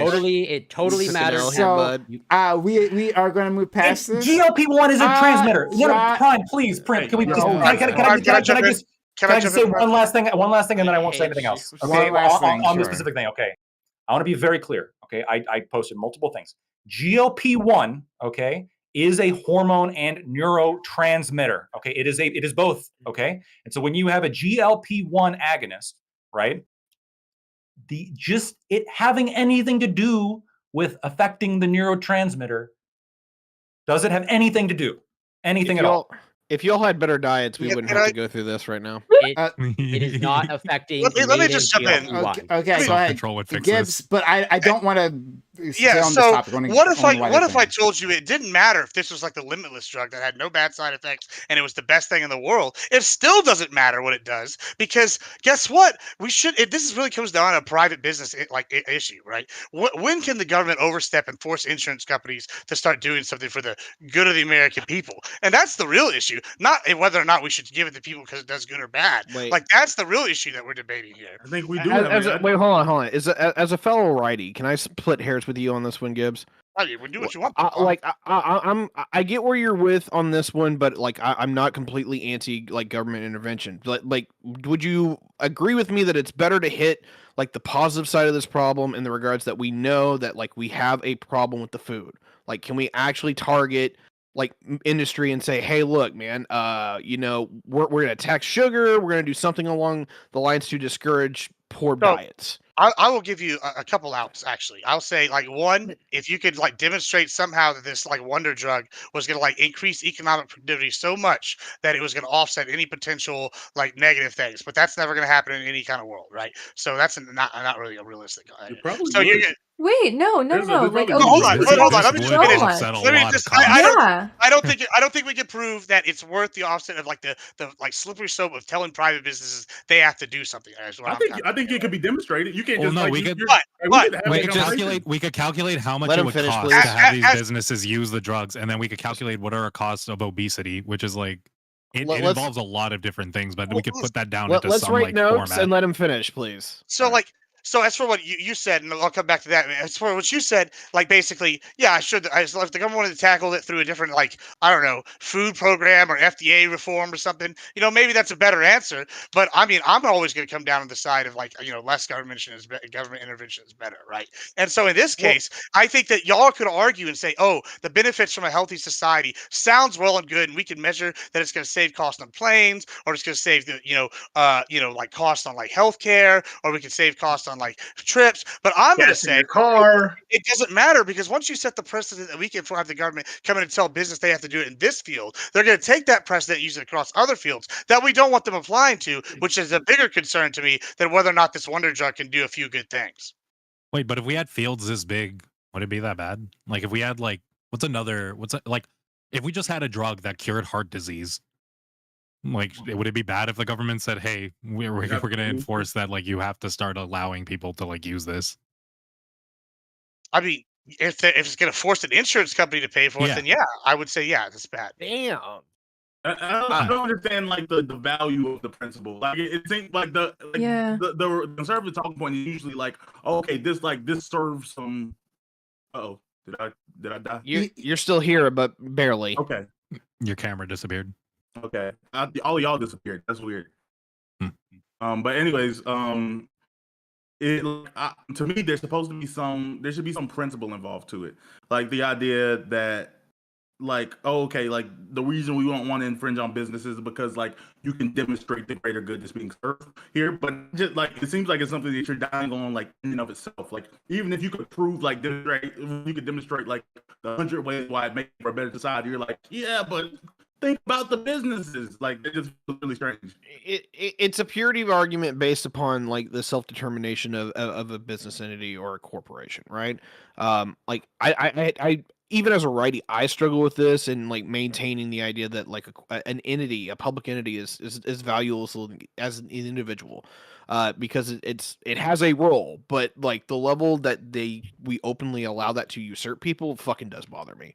The problem is that like we have to either acknowledge that we're going to kind of come into you on the micro scale and like dictate your personal life, which really sucks, or we're going to have to at least try to move some levers when it comes to industry and business on that level, which is where I throw a fit with these fuckers, to be completely honest, because there's a lot of small government folks out there, and I'm fine with that, but they want to wait until the problem is just not manageable at all, and then the left comes in and just sweeps in with like these massive regulations when it's like, hey, look, you can have the biggest social welfare system in the world and in all of human history called Social Security, or you could just mandate that all employers have to pay at least 3% of your wages out as a 401k or an IRA, and we would completely dismantle this within 30 years. We would never even have to worry about Social Security because everyone would have it from a private sector. Sorry for the rant, but yeah, like this is where these Diamond Day conservatives piss me off to no end, because there is small government solutions, but they don't want to even implement that because it's too coercive. Okay. Interesting. I mean, go ahead. Yeah, I mean, I disagree with you on that one, man. I feel like there is a reason for this, and like once you start getting overreach, like people talk about the slippery slope being like, oh, the Right. slippery slope, whatever. But it's a real thing. It's a real thing. It's a death by 1,000 cuts, right? So like, if Lactoli can probably vouch for this. If you look at things like, even this is the reason why they even examine dissenting opinions in the Supreme Court, right? So they will look at for some legal basis to do something. So when you look at even like pre-cases, or we look at like, oh, the government's done this, eventually somebody is probably going to sue over it, and there's going to be a decision made, right? And then the Supreme Court's going to have a final say, possibly, unless they legislate it in. And I'm against the whole concept of somebody coming in here and telling private people what they can and can't do. Like, once you start down that slope, what's to stop them from doing anything? They could come in here and tell you, hey, tomorrow we're going to kill all your dogs because we think it's better for the environment because the methane from their farts is bad. Like, I mean, this is a real thing. So they're going to come in tomorrow and say, you have to eat lab-grown meat now, because like you're sitting saying these are outrageous things, but there is a push right now. Hold on. Like, don't put that on me. rid of us Like- ranchers? Like, oh, no, what no, are you no. gonna Like, do, bro? okay, like let me separate this out real quick. There is levels to where I think that slippery slope is 100% real. I think Reagan was 100% correct in being like, hey, the social security state that was built out under FDR, yeah, it's now taking up a third of your income. It's a third of all of our economic spending at that point. It was fucking ridiculous. And I totally get behind, small government conservatives like, hey, it was a good idea to try to push against that. The problem is the right has not been providing like these more like I don't know how you put it. It's low interference but high impact policies that we've been able to do forever. Can I We do like the we thought exercise just real quick? I want to see what you think real quick. I'm sorry. I don't mean okay, to- sure, go ahead. All right, so let's just say instead of this drug, the government came in and said, "Hey," and we knew for sure this would do the same thing. Just pure thought exercise, right? If say Sure. the government came in and said to the ranchers, "Tomorrow you can't grow no more cows because that's bad. It's going to lead to all these bad things, and we're going to replace it with lab grown meat from beef, and it's going to be the same thing, and we're going to do it." Do you think they should have the right to come in there and tell everybody their livelihood's done tomorrow? Uh And if so or no, how is that different from this current At some thing? point, you Well, it, it that's should be kinda- demonstrated. that's kind of the kicker. The answer for me actually on a level is yes. Like it has That's to be fair. okay This to is just- actually okay, sure. Like it has to be okay for the government to do something, right? I can't get behind lactoid on taxation as theft to 100% because taxation is necessary to maintain the functionality of a state. On top of that, like the state can do a lot of good for people because it does allow us to build out institutions which fights the coercion that naturally happens within systems. Like I'm pro capitalism, but let's be real here. Capitalism without any kind of like restraints runs amok and becomes literally a parody of itself. Like we don't Yeah, want but that. is Like, is it a bad thing to say? Ozempic Oh, you go. is Ozempic the like good we should be reaching for as like the top, right? Like the way I view it, right, is Ozempic is going to be really great again if you're that kid who like you gained a lot of weight and you really didn't have much control over your diet, and it's like you didn't have much control over what you're really doing in your day to day, and this is like helpful to get you like starting your steps forward, right? It's going to make it easier for you to build those healthy habits. But the reality is, you can't just like what I'm worried is this is just going to become a world where like we have kids going to the doctors, getting their checkup annually or whatever. And then like at the end of that checkup, the doctor goes, "Hey, you're a little fat ass. Here's your Ozempic." And like the kid has a reduced appetite, spends his life with that reduced appetite. At some point, he gets off it, and he just becomes fat again because he's never actually dealt with like the processes he's needed to build, right? I think they There's could be tech, so associated. there's two ways. The adults that have those habits now take the Ozempic and get it, whatever, and then it's Mhm. still a training method for the younger generation. But to sit here and like completely neglect the generation of people that are alive now that are dealing with those habits, to say that just focus on the future, but that's utopic speak, though, right? We're not going to tell people to not eat But McDonald's. They're not going to be able to utopic. afford it. It's not just don't eat McDonald's. It's like one of the biggest things I think we could do is start integrating our in what is it, like community gyms into our schools, right? It should be the case that you have your rec center that like is connected to your schools, and every once in a while you go to the rec center with your school and you learn through those like coaches there, and those coaches should be better funded so they're actually like educated in their field to help you set up like a balanced nutritional diet and help you set up like a balanced method of like working out. Well, But PE So isn't they have like PE. what it The should problem be. isn't that gyms aren't available in communities. The problem is that parents aren't like. But PE isn't what it Realistically, should if you be. have a fat kid, it's the parent's fault. If the parent is feeding the kid McDonald's and the kid But gets the used to the parents McDonald's, aren't. it's The not the parents kid's are also fault. products Can of they their not be environment true too. this- These parents like Yeah. you have to give them some blame. It should be the case that we teach these parents, and if they're like being given the proper like being given the proper access to like the required fucking resources, right, to deal with these Okay. issues, then okay. But like a lot of these parents don't have these resources right now, and they don't have access to them, and we need That- to get this increased. That was why I was saying We can utopic. give So the them- parents don't have the information to give to the kids. The kids aren't going to learn. So until That's on us as a government to we give. teach an entire generation of people to train their kids to be able to train their kids better, that's No, not going to but work you- out. Let's No, go to but you Pet. need to I do want it to We can work hear. on that. We can work on both at the same time. I'm Yeah, good with yeah, that. exactly. Alongside, I'm good with. Oh, go on, Alongside the Pet. Go ahead. Ozempic, yeah. Two things. No drug is ever like a miracle drug where you just, I mean, okay, maybe some are. Most drugs, when you take them, it's also like, hey, you have to like do lifestyle changes, like ADD meds. They're like, don't expect this to be a magic bullet. You have to form habits around it. Same with like people have heart attacks. They have to take like heart meds and stuff, but they have to change their lifestyle a lot too. Most of the time, when you take a med, there's no like, there are very, very few magic bullet medications. You have to like do the work and put in lifestyle changes around it. And some people don't, and then they fail, and things there are like consequences down the road from that. But for the most part, that can be probably fixed with more education around it or more support for things like that. But there's no reason not to do the support alongside the drug that's like proven to be super effective. Same with like making more walkable cities. I think it's insane that we really need to have more walkable cities. And I like the like community gym stuff too. I think it's all awesome. It would be great for it to happen alongside this stuff that's like effective right this second. Yeah, but the whole point of insurance is so they can sit here and look at it and go, "Hey, we're going to figure out what the most easy way is to keep this person alive, so they don't have to pay out." Right. So obviously, if this is the most economical way, the insurance companies are going to go ahead and step forward. But that's a lot different than the government coming in and saying, "Hey, you got to do this." So if it is working and it is economically viable to keep these people alive and better, they're going to go ahead and do that. But they don't need the government to come in here and tell them, "Well, it's still a half cooked idea." No, but Gibbs, I don't think there's insurance also companies care kids about that keeping are people severely. alive. They don't want to Yeah, pay well, out. it's All not it's about the been is. insurance companies. It's Also, about these. is It's about Ozempic like even- in the cases of these kids. There's kids that are severely overweight. Like if the insurance company goes, "Oh, it's not beneficial for us right now because it costs a lot of money to give them Ozempic," I think that is a point where the government should step in and be like, "No, it is beneficial for us. It should be on you to provide these people with like adequate health care to be able to like balance their diet, get their nutrition in order, and get those skills developed. That should be part of our healthcare system, and that should be mandated out of any healthcare provider, especially if they're sitting there wanting to have healthier patients."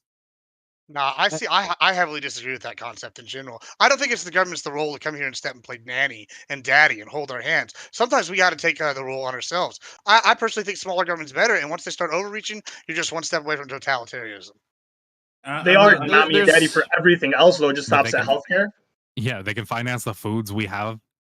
I don't know. I just feel like I feel like that is like well, that's just a disagreement in the role of government. Like I feel like the government does serve to like better people's support people's lives to some degree. I just wanted to say like in regards to the idea of like this not being enough. Like yeah, I don't necessarily agree that it's enough on its own, but it's also when you pay attention to how these drugs work, like there's a chemical element to it, and then there's like a social and psychological element to it. Like if when you go through years of like if you have a different level of hunger, it's gonna it's gonna shape how you think of portion sizes typically.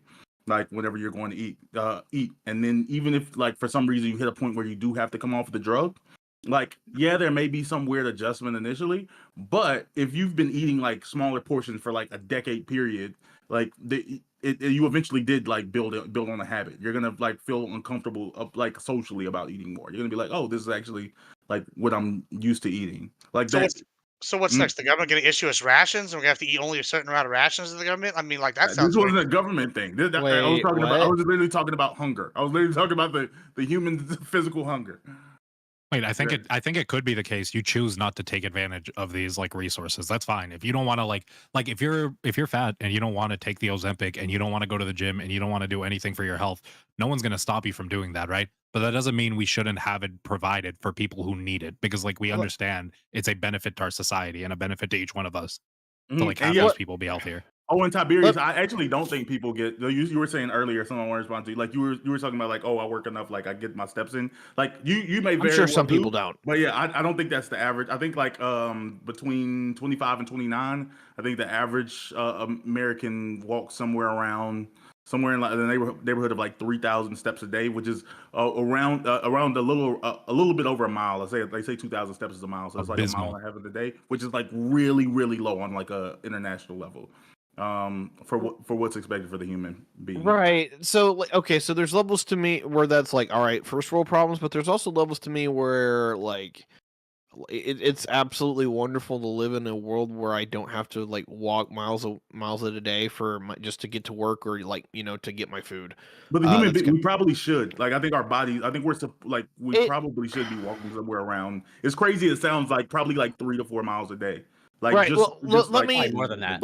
Let me split hairs. Because on one level, like I think there's reasons that we should be more physically active.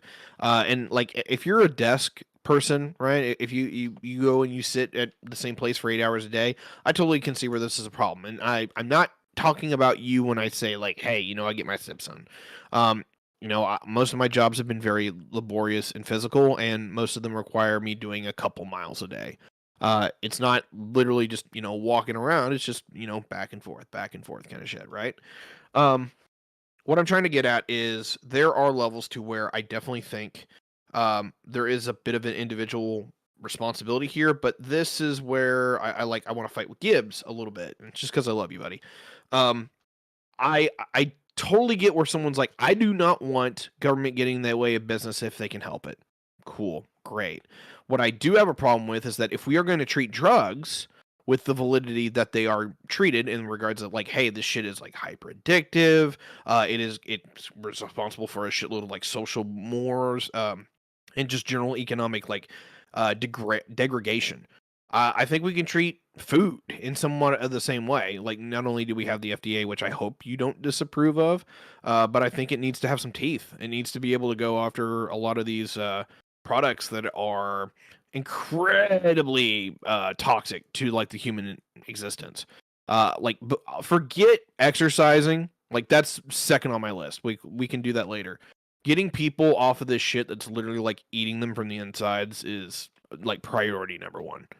So if the government came in tomorrow and outlawed restaurants because they said, oh, their portion sizes are too big, and we're like, all right, we're going to be like in 40K, and every person has to eat corpse starch, and it's going to hit all your needs, and you get a certain amount every day, you're totally okay with that if you think that is going to prove a great. No, but is it Wait, bad that hold the up, hold government up, added hold up, hold up, calorie? hold up, hold Is up, it hold up. I mean, bad that's that the what we're government arguing added about right calorie here. mandates? No, Is it bad is that the there- government added calorie mandates, like for especially big restaurants like McDonald's or Burger King or any of these like fast food restaurants? Is that a Letting bad thing people that know it's like, what they're eating. hey, this is how many calories are in our food? Look, like, my problem with this conversation is that if I'm always going to get stuck in like the craziest version of the slippery soap argument, like, Not the crazy slippery slope argument. They It- already wait. do this though on other issues. Like, I mean, it's already a big issue in the ranching. That's why I brought this up. Is they're already trying to push out certain kinds of cows. They're trying to push you're sitting here, you're ruining people's livelihoods. And I know nobody wants to look at insurance as, oh, poor me, woe is me. They're the small guy. They're not. But luckily, they're on the front lines of an issue that's going to affect a lot of the small middle class America once this issue gets going. Is kind of the issue that I'm coming to. Like, Yeah, but, like- there's definitely a runaway train that scares me in this. I'm not gonna act like it doesn't, but like the problem with where you're coming from is my folks are in ag, and like I've not been told, hey, you can't have these cows yet. No one, like, there would be a bitch fit from hell, and if there is any sector in the world, or sorry, in all of the American political space that is hyper overpowered compared to like its size, it's American ag. Like, good God, like, have you seen the money we dole out for these folks? I don't know, man. We've taken some losses in American ag. I'll tell you that recently. So, like, in what regards? Like, don't get me wrong. There's some parts that suck, but I don't think that's a political problem. I think that's an economic problem. I mean, Well, I don't know. All right. That's small business before a big business, but like I want to be able to have others be a part of this conversation. I understand. I'm just jealous because Lactoid and Corey had to go through their shit earlier. Now I can't have mine. I'm comfortable. They're still Admiral going. Gibbs, would you feel comfortable with with a rollback on like if we said like 6-year-olds can have cigarettes because freedoms? Like, does that make that a better world for you? Is that better government? I mean, obviously, I don't want them the cigarette so get cigarettes. Right, but but personal choice. Like if the 6-year-old But- decides it. I guess if the parents said it was fine, I guess I don't really think the government should be having Well, to if the say parents it. aren't there, I'm saying, like, No. can the parents purchase it, or like if the kid just went in the store, like pack of I cigarettes? would think that my argument would be that they're under their parents' like guidance, right? So the parents have to stay until they're 18, which I kind of feel like is the 18 law with cigarettes, right? So I feel like that's fine. I don't feel like unless you're a legal adult, you probably shouldn't be doing vice things like Well, versus it's 21 now, right?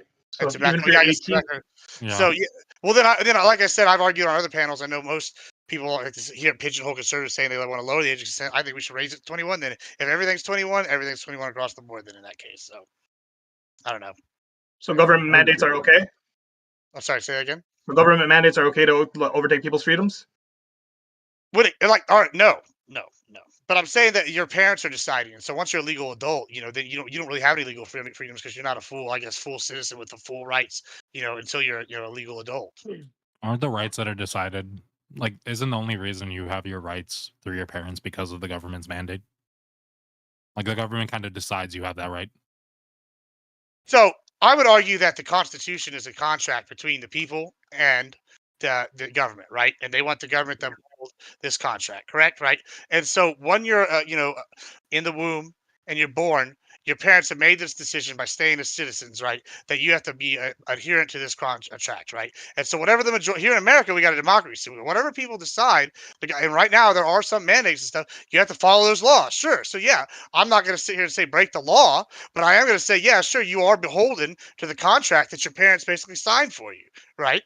So like, yeah, I don't know how you're trying to get me here on that one, but no, I don't think in general I'm going to say mandates are bad overall. The less government, the better. Okay. Except for the things that you want applied to. That's what I'm Yeah. saying. It's just like, it seems like, except for What the do you things that mean you it's not agree with, applied? government bad. What do you mean? Like what? Like what are you saying here? Like, give me an example. So I mean, He if the said government agreed the age of advices. consent is 21 and adults are 21, but we've used to them being 18, and now like what's the Right, and they grandfathered those people in usually. I mean, So so the mandate is okay still. That's what I'm saying. That's what I'm wondering. It's okay when you agree with it. No, I mean, I personally think that we probably shouldn't have any of the regulations, but I mean, we need them for some things, I guess. Is that what y'all are saying? I don't know. I mean, yeah, Well, that's we're just literally trying what to I'm saying. You find need where the limit regulations for is. things because you have to hold people have to be held accountable for certain shit. I'm not saying that we don't live in a perfect world, so people do have to be held accountable for some things. Sure, if that's what you want me to say, sure, I'll say there are some things, but I don't think this is the line. I think the Well, and minute we you look to start, the government to make mandates for those. That's kind of what I'm saying. Is like we rely on government mandates for like a lot of things. right, and that's the problem. We need less of them. so okay. I want to Explain how you can have less of them. So hold on. I let's assume, for instance, just for a moment, that we live in a world with government mandates, right? Like, let's just live in that fantasy world for a moment. All right. I want to explore it with the time that we have remaining. Like, should this be a something that's included? So Lactoid out there, he's a bit busy with other things, but I'm calling him back, Lactoid. Lactoid friend. Do you think that this obesity is an individual responsibility? Because in this world with the government mandate, right, it's going to spread the cost of this to everyone. So whether you are obese, right, let's say you are a fit individual on washboard abs, women everywhere are attracted to you. Me, right. So if you're a person like me, and now your insurance premiums are going to go up because there's this expensive drug that's being added to the regime, right? To the prescription regime. And it's going to come up for me, right? Like, I feel like this is something that you would dislike. Am I In wrong 5 about years, this? your premium's probably going down, but yeah. So it's difficult because there's like the perfect world and then there's the realistic world. The perfect world is we don't pay for any of this bullshit and you let people pay for their own decisions. That's like the rational world. But the realistic world is heart disease is the number one killer in America, and cancer is number two. Cancer is affected by obesity, and we pay this, right? Whether we like it or not, because Medicare is very popular. Social Security pays for this as well, indirectly. Medicare just pays for it directly, even for rich old people. Medicaid pays for it, and then whatever insurance plan we're on is legally mandated to pay for a lot of that care. So,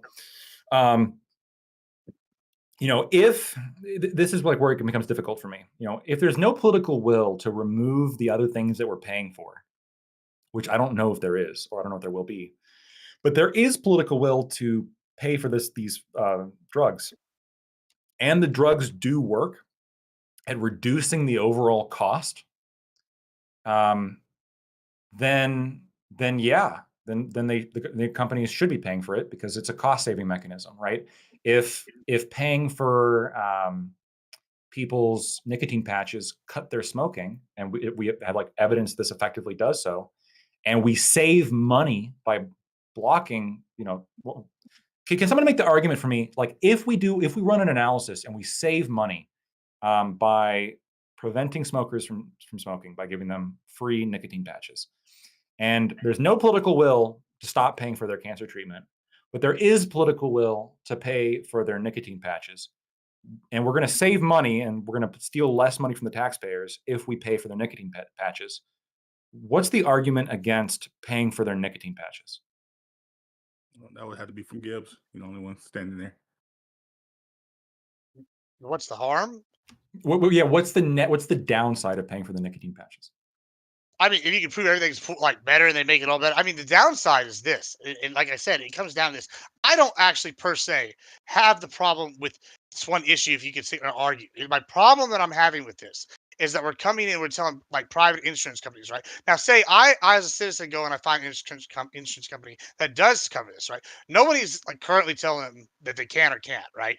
But insurance companies have collectively decided, I guess, so far that they don't want to cover this for whatever reason, right? So if all these things are well and good, as you're suggesting, then I'm not sure why an insurance company whose whole goal is to not pay out on other health related issues, right? As opposed to somebody like, oh, they know obesity is going to cause one of these issues and they're going to pay for more of these things. I don't know why an insurance company wouldn't go ahead and pay that. But the idea that the government needs to come in here and make that decision for them, that lies the issue. So, See what I'm 100, yeah, so- yeah, no, 100% agree with that. 100% agree with that. My only question for you is, Gibbs, let's say that the insurance companies begin to, like, they negotiate a good price for this medicine and they begin to offer it because it does save them costs. Okay. Let's say this happens. Then would you agree that Medicare should probably also offer these drugs? Well, I would say first that, well, yeah, sure. If the Yeah. government comes in, sure. Well, yeah, I mean, and, I'm this not is a real very big fan of reasonable. Medicare either, but so yeah, sure. Well, neither Medicare, am I. Medicare, Neither am I. yeah. And I would like to But get rid of it. But if it's already existing, But- then sure, the government negotiates it but- down, then and So it's reasonable, I guess, whatever. I'll make the argument. I'll make the argument as to why we shouldn't. I'll pay for the nicotine patches or Ozempic, because what we're paying for is a bandage for a vice. Right? So like we're not actually solving the actual problem. In terms of smoking, right? Like, well, it should be up to you to not smoke. Now we can put in programs in place to assist you with that, right? Because sometimes it's like a mental thing. We can put out PSAs for you to understand the problems of smoking. But like us paying for your nicotine patches kind of just encourages you to just because like without the nicotine patches that they don't work like that, right? People still smoke with nicotine patches. We're not actually addressing the problem. With Ozempic, we aren't addressing the problem of people overeating or eating the wrong things. And so, at best, we're adding to our costs. It'll lower their costs in some ways, but in other ways, like there could be other health outcomes because you're giving a whole list of people these drugs now with unforeseen consequences. And we haven't it would be better like the cheapest outcome would be simply to encourage folks to change their habits, eat different foods, provide them with those options, of course. That word simply is doing a lot of carrying in that. Yeah. You're doing a lot. You already you say, have those options. obviously the answer is get people to have better life choices, but that's not a you can't just fix that issue, right? That's a lot of training, generations upon generations. Like we've gotten to this point because of all the habits we've incurred. Yeah, and it also like I don't like we use this word like typically we use like, oh, we're not getting to the root of the issue, we're not getting to the foundation. But I think you still have to make the argument for why you have to do that. For example, I've heard someone say they would say like if we created a machine tomorrow that could pull like 100% of the carbon out of the air, like 100% of the carbon out of the air and like solve climate change, like. But some people were making an argument like, oh, but we're not getting to the root of the issue. We should actually just be safer in the environment. But it's like, but if you're doing like we create a machine that gets you that outcome, like Band-Aid or not, like it seems like you're solving the issue. Like if we created a drug that prevented obesity, like then like, oh, but we're not making people eat better. Like the reason we want people to eat better is because we want to prevent obesity. It's like, less of a Band-Aid and more of like a bionic arm. Yeah. Look, I've been hanging out for a second. I'll put it in this regard. The biggest reason why like I advocate 90% of the shit I do is that it's not about like, oh, government good or bad. It's about, all right, if the government's going to do a damn thing, like mandate X or eliminate X, like, is that the better option than what we were trying to solve the problem that we were going after, right? So for me, in your carbon capture machine, if the carbon capture machine is like incredibly effective and inexpensive, right? You can put 1,000 of them up and they're like cheap as fucking bricks. And then, like literally all it costs to run them is like plugging them in like it's a 100-watt light bulb. Yeah, but Who we the don't give a fuck F about the cares, environment right? on the ground. Like, yeah, we just Right, we just keep it up. that's just a massive But ease damn. win, right? But if this thing is literally, hey, we have to build each one for $1 trillion, and we need at least 10 of them to like counteract what we're doing, like, no, I'm going to be looking for other solutions. I'm going to be like, all right, carbon tax, let's slow this down, something else, because as invasive as that tax would be, and I would agree it's fucking invasive as shit, I'd rather spend the money on that than having a giant fuck off machine that costs $1 trillion a pop. Here's the other issue, Bam. Ozempic's not making weed better. It's just making weed less, right? Like, you still need these people to develop those other skills. That's why, like I said, the worry for me is you just go into like, oh, you just have your wonder drug, but it's not what that is. It's just a drug that helps you. It can be made that part of the like therapy as well. Yeah, it's not about this. Like, I'm not. It's not about this drug. Like, if we're about to go back into the science of this specific drug, that's not what it's about. I'm speaking more to the idea of like, if we did have the wonder drug, like, would we care about people's habits if we could like solve for all of the negative externalities that come with it? Like, some people are like foundationally against the concept of like I think Ali was talking about like genetic enhancements. They're like, oh, it needs to be natural, and I'm saying I don't know if some people are making that argument like, oh, we're not doing it the natural, clean way, so it feels like cheating or BS. Like, I'm saying that's not important to me. Yeah, if this drug isn't like actually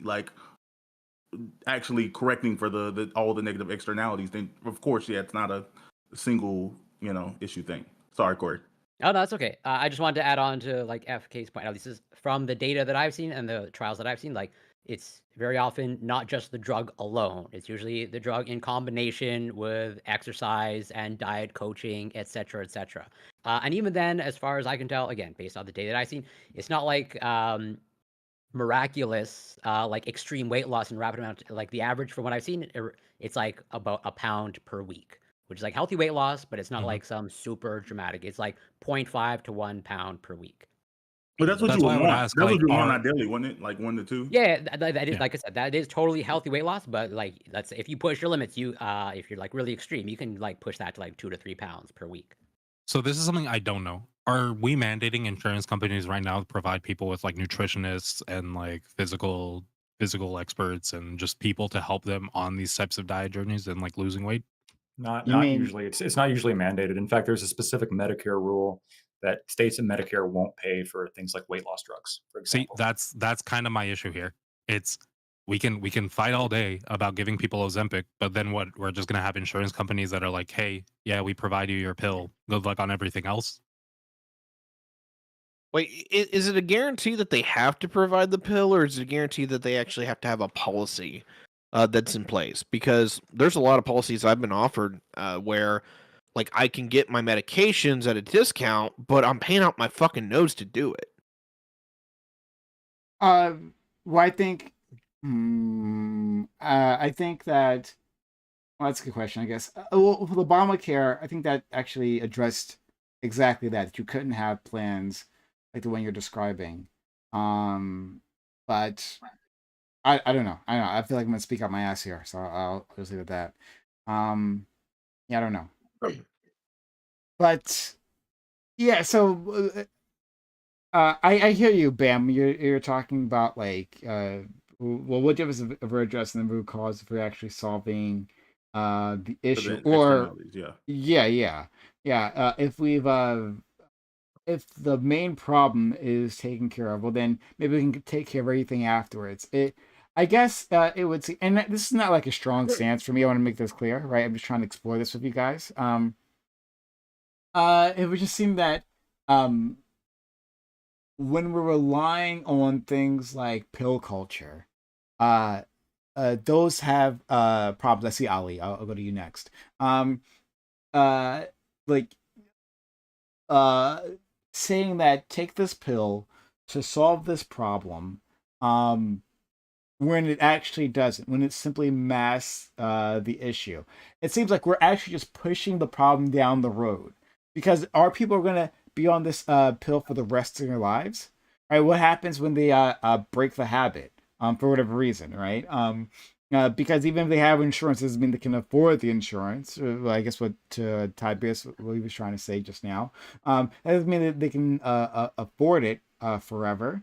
And there's interruptions. I think we're just like masking the problem and pushing the problem off. So it might be better instead to do things that even that cost very little money, and that would be encouraging a society where these habits were well known, and then easy to execute, because some places are food deserts. Just one response, because you like said Ali, something, and then Pep. Yep. Just one response.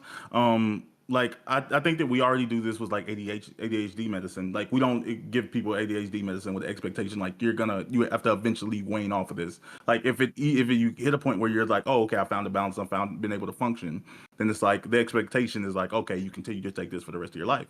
And like, like I don't think that's wrong. I don't think anything should be judged by that. I think the argument you're making would probably be more closely disseminated. Like it resembles the sort of the purity Christian model on sexuality. They say that like, oh, like, we want to talk about protection, and we want to we have like pills and stuff to prevent pregnancies, but it's like it's bigger than that. Like, we just want people to not have sex. Like that would actually just be a better thing. And it's like, yeah, I mean, I guess you could do that, or we could just address the negative externalities, which is like teenage pregnancy and STDs. But like that's not what they want to do. What I feel like, let's go to Ali, Pep, and Ty. Yeah, so I feel like with the Ozempic push, you are seeing like people tackling the root cause of the problem, right? So before this drug, right now, everyone who's overweight and feels like they can't do anything about it, like personally, internally, they'll take this drug, they'll lose the weight, which is then pushing a narrative, like we're pushing away from the body positivity narrative, which is what we did when we didn't have like the choice of the drug, right? So like left to the individual freedoms, people started defending and pushing for body positivity rather than health. So if the people are taking the drug now, they're losing this weight. It could push like social expectations for like not non-body positivity, which will cause people to just work out intrinsically before gaining the weight. Pep? Yeah, I was just gonna say, similar to what Bam was saying, that it's like it's easy for it to be a cascading failure.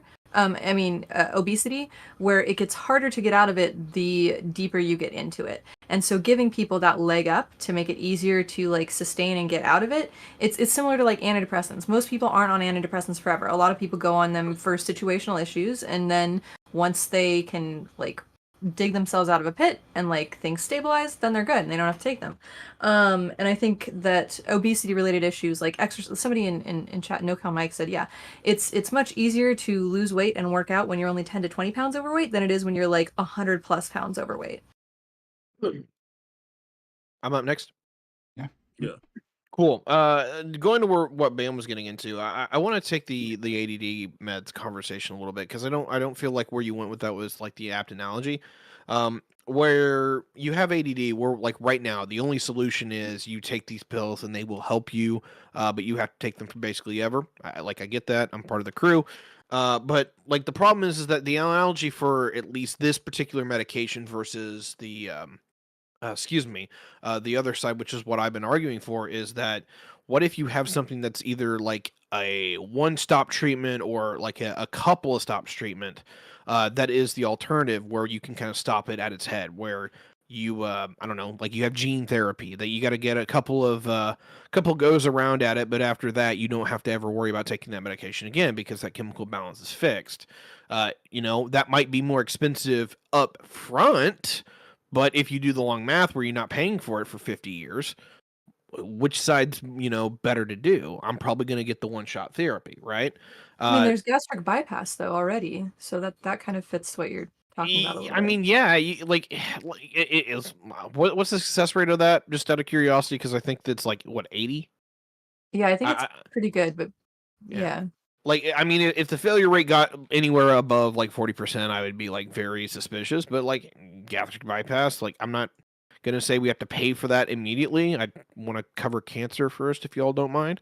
But Very effective, by the way, that gastric bypass. yeah, okay, great. Like, you Because know, of do the we want to have a 90%. conversation about paying for that instead of this medication? Yeah, probably. I think that's actually a more apt conversation than Just for people in chat, it says that weight loss surgery, you got like gastric bypass, is considered successful if you lose 50% of your excess weight and keep it off. By this standard, the success rate is 90%, and by keep it off, it means a 10-year period. But like also, I don't know if I necessarily push. Hey, let's have instead of taking a pill, like do this invasive surgery. Yeah, the risks of major massive surgery. Yeah, and also a lot of you have to completely change your nutrition habits. Apparently, like that. I mean, crazy. I'm gonna be honest. Sorry, Tiberius, if we were given disclaimer. the option, are you really choosing the surgery? I'm generally for like whatever's going to be the least amount of pain and effort, and as much as surgery sucks, I'd rather take one surgery than taking pills for 40 fucking years. Like, But I that's mean, you me. have to change a lot of your eating habits for those 40 fucking years still too. No, I think he's just looking at it as like you do one or the other. Yeah, I'm looking at the this same life. I'm looking at this as a very binary thing, and I do want to make this very clear. I am not qualified to talk a lot about health. Like I talk about nutrition and whatnot because my folks are in ag. But like there's a level 2 where if we're talking about like physical body health, I don't know how your fucking spleen works. I don't know what it does. So there's like levels to where if I'm talking out of my ass or y'all think I'm going like too far into the weeds on some of this, feel free to like, put me in check. What I'm more advocating is that like most of the time, at least even with your own body, you have things that you can do to maintain, but you're doing that as a constant maintain versus something that is like an actual like rehabilitative treatment. And if it works, which sometimes it has its own maintenance cost, most of the time those things are just better. So like at least in my head, just putting it in a box, having gastric bypass and like maintaining your diet from there is probably way easier and more cost effective on both a personal and a professional level versus maintaining the regimen of a medication for, let's just say 40 years. How far you want to take it? Like it probably breaks even at 20 years, I would assume. Right. So, no worries. Corey has been around to regulate fools. Lactose experience his wrath. And as we're gonna talk about that after panel. Don't worry. But in any case, that time is now. We've used up our time on this discussion. I thought it was a really good discussion. It was pretty wide ranging.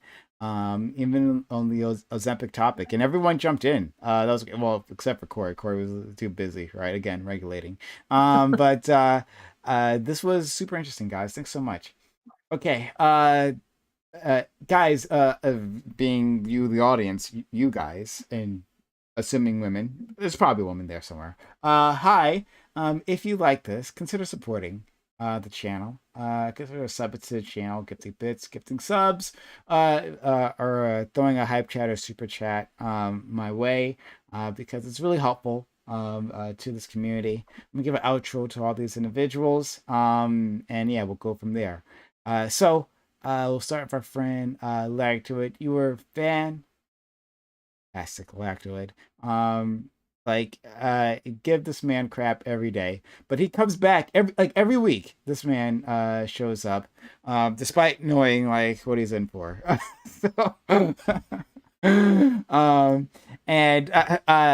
I like it when you get like super worked up. This is one of the few times you do. Usually like calm as a cucumber, right? but every so often like something gets to you and you go at it. And apparently Corey was the one today. And Rachel Dolezal as well. And Rachel Dolezal too. You're welcome for that one. Very I've seen her butthole, so I'm. You see? Okay, fair enough. So we know lactose pain points. Those will be useful in the future. But thank you, Lactoid, for being here.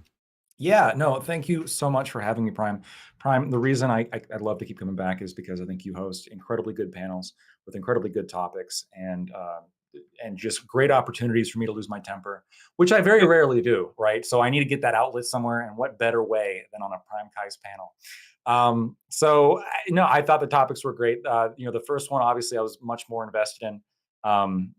And yeah, no, I think generally speaking, good on Australia. So that's kind of what I have to say about that one. If you like what I had to say generally during this panel, you can find me at Lactoid TV on Twitch, Twitter, and YouTube. And thank all of you lovely people for talking to me. Thank you, thank you. All right, next is our friend Corey. Corey, oftentimes the peacemaker, the calm, rational one, right? Lactoid made the critical error of stepping on his territory, and he quickly corrected him there. So I love to see it, Corey. Want more of that fire in the future. Thanks so much for being here. I will absolutely do my best to bring that fire in the future, although no guarantees or promises, but I'll do my best. Yeah, I echo many of the same sentiments that Lactoid just went through in terms of, yeah, I love being here. I love being invited on because, yeah, you definitely come up with the best topics, in my opinion, like the best discussion. And so, like, yeah, I'm super grateful to be included in that. And, as usual, as testament to that, this topic with the Ozempic, like right up my alley. Although it was mostly I start from the beginning in the background, doing some fact checking. But that's good enough for me. And yeah, so it's great being here. You can find me on Twitch, twitch.tv Corey Campbell 84, Twitter, Instagram, and YouTube. It's Corey Campbell. And Bam, FK, and nice to meet you, Ali, and Admiral Gibbs, Tiberius, Pep, and Lactoid. Always a pleasure, and love you, Brian. Yep. Same here, friend. And thanks so much for being here, Pep. Pep, a person I like a lot. So I'm happy when she spends time with us. Yeah, hopefully I'll be back again. Yeah, I'm gonna echo some of the same things Corey and Lactoid said. It's always fun to be here. I like hanging out with y'all. It's fun seeing familiar faces and getting to talk to a few new ones sometimes. And yeah, I'm Art by Pep on Twitch, Twitter, Instagram, TikTok. I'm really bad at updating some of those, but yeah, I'm around. I stream Thursdays, and yeah, I do art and I paint sexy ladies. So come check me out. Yeah. And you commissions are open, right? Yes. If you want to commission sexy ladies, DM me because I'm updating my website, so I don't have any information up on there. I need to fix that. Okay. All right. Well, she's working on it. But do you draw them holding Wonder Bread? I could for the right price. Yeah. Is that Good a question? Okay, Is interesting. this a meme that I'm unaware of? I don't know. Yeah, it's an old meme. It's a really old meme. Okay. There's some guy who paid thousands of dollars for fan art of women holding Wonder Bread. Is he still looking for art? How do I get a hold of this dude? He might be. There it is. Excellent. Wonderful. Glorious There's capitalism. Yeah, there's a capitalist in there. You beat me to it. But our friend Ty, thank you for coming here. I thought you did fantastic today. So thanks so much, friend. Hey, I appreciate that. Sometimes I feel like I'm on my stride, and sometimes I feel like I'm not. And today's just been one of those days where I'm not really sure. It's a pleasure to be here, especially without Scott ruining fucking everything. Like, stop inventing that ANCAP trash. I'm tired of it. But outside of that, it's been an absolute pleasure to actually hang out with you all tonight. I don't get to actually have a lot of these like newer honest political chats with a lot of folks because I'm in Trump country and it's either, the Trump train or not, and I can't fucking stand it.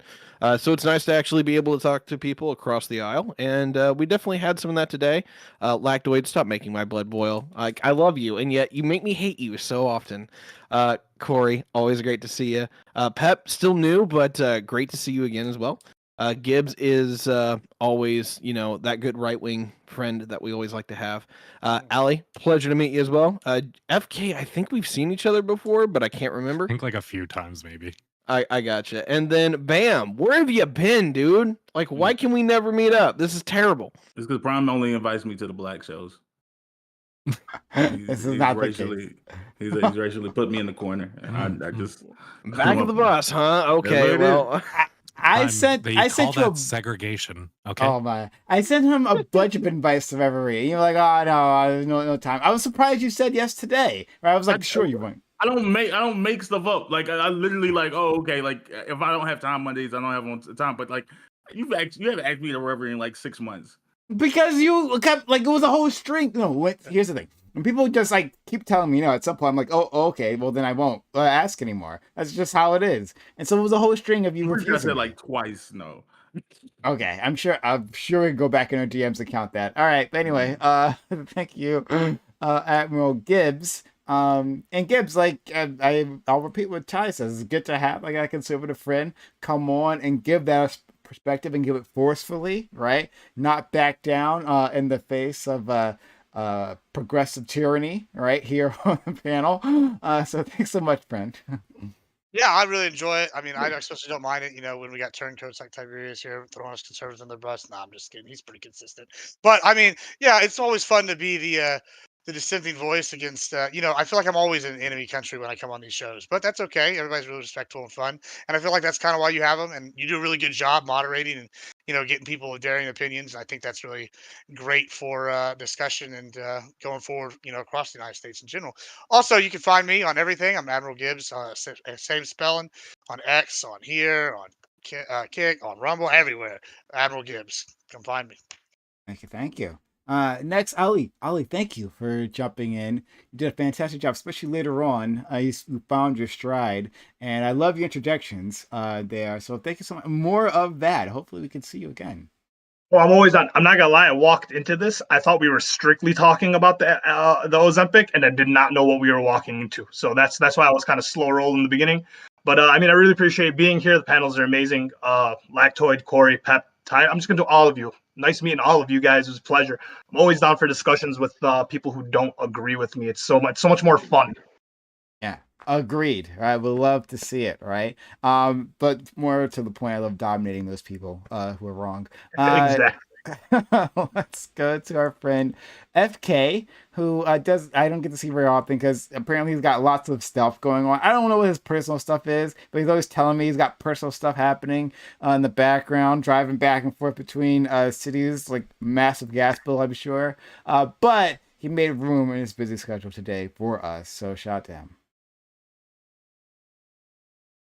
Great, beautiful, Muted? like wow. That was such a beautiful That's closing response. statement being muted.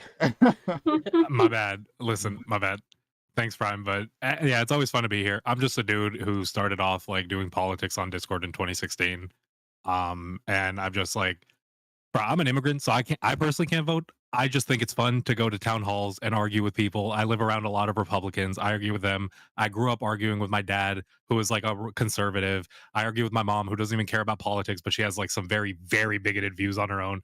Shit's fun. I think the reality is we're all gonna die. None of this really matters that much. Make the changes where you can, have fun where you can, and like, just try to make people agree with what you agree with. You can catch me on the politics.gg server, anywhere at Just Average FK. Yeah. Wow. Okay. Thanks for. Are you on the path to becoming a citizen? No, I'm under DACA. I'm just, we chilling. Oh, all right. I'm sorry. It is what, bro. It is what it is. Like, what am I gonna do about it? I can't make shit happen magically. Yeah, fair enough. All right. Well, I'm glad you're here, and I'm glad that you don't have immigration hanging over your head, friend. So shout out to you. And finally, Bam. So I checked the DMs. I said no to yeah. I said no to. I did say no to 3. I said no to 3, but in my defense, that's not that many. Because if you go back 4, I said yes, and I did came, and it was a great time. Never mind. That's the whole thing. Anyways, I'm here. I had a great time, and what's gonna suck is he's gonna ask me next week, and I'm gonna be busy with something random, and I'm gonna say no, and then he's gonna be like, "Oh, I proved this point." Anyways, I'm glad to be here, y'all. I know y'all don't usually see me, but I came here. I dominated. I met Gibbs, met you for the first time. FK's cool dude. Ali, met you for the first time. You seem really dope. Pep, I don't know if I've been on a panel with Pep. This might be the first or second time. I have no idea. But you have really good opinions, at least so far, based off of this. So Because you didn't disagree with him, apparently. But yeah, go ahead. That's literally the metric. True. So true. That's the only metric. And then Lactoid, for some reason, like I have like a hate relationship with Lactoid.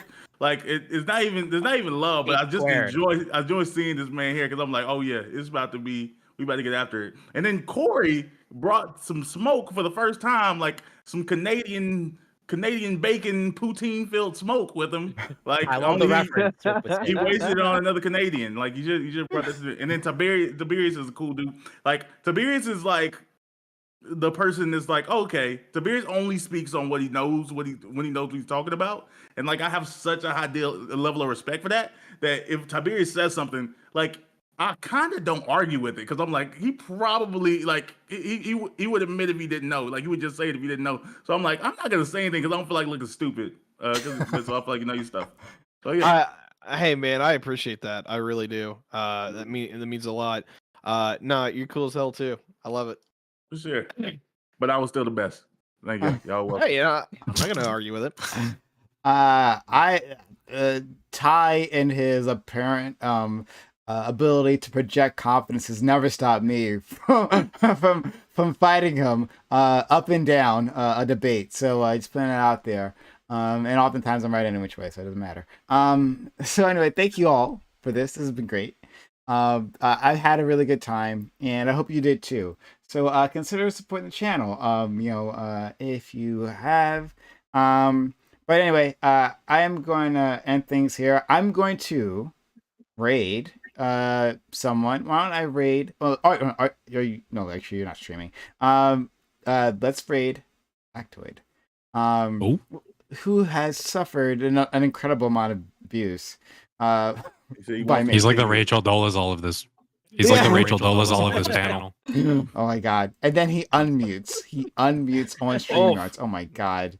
It's just amateur hour here. The voice of God. The voice of God. Okay. So yeah, let's raid our friend Lactoid and stick around with him. Like I say that it's worthwhile to listen to people of different opinions. He hates socialism. Right? Let's go.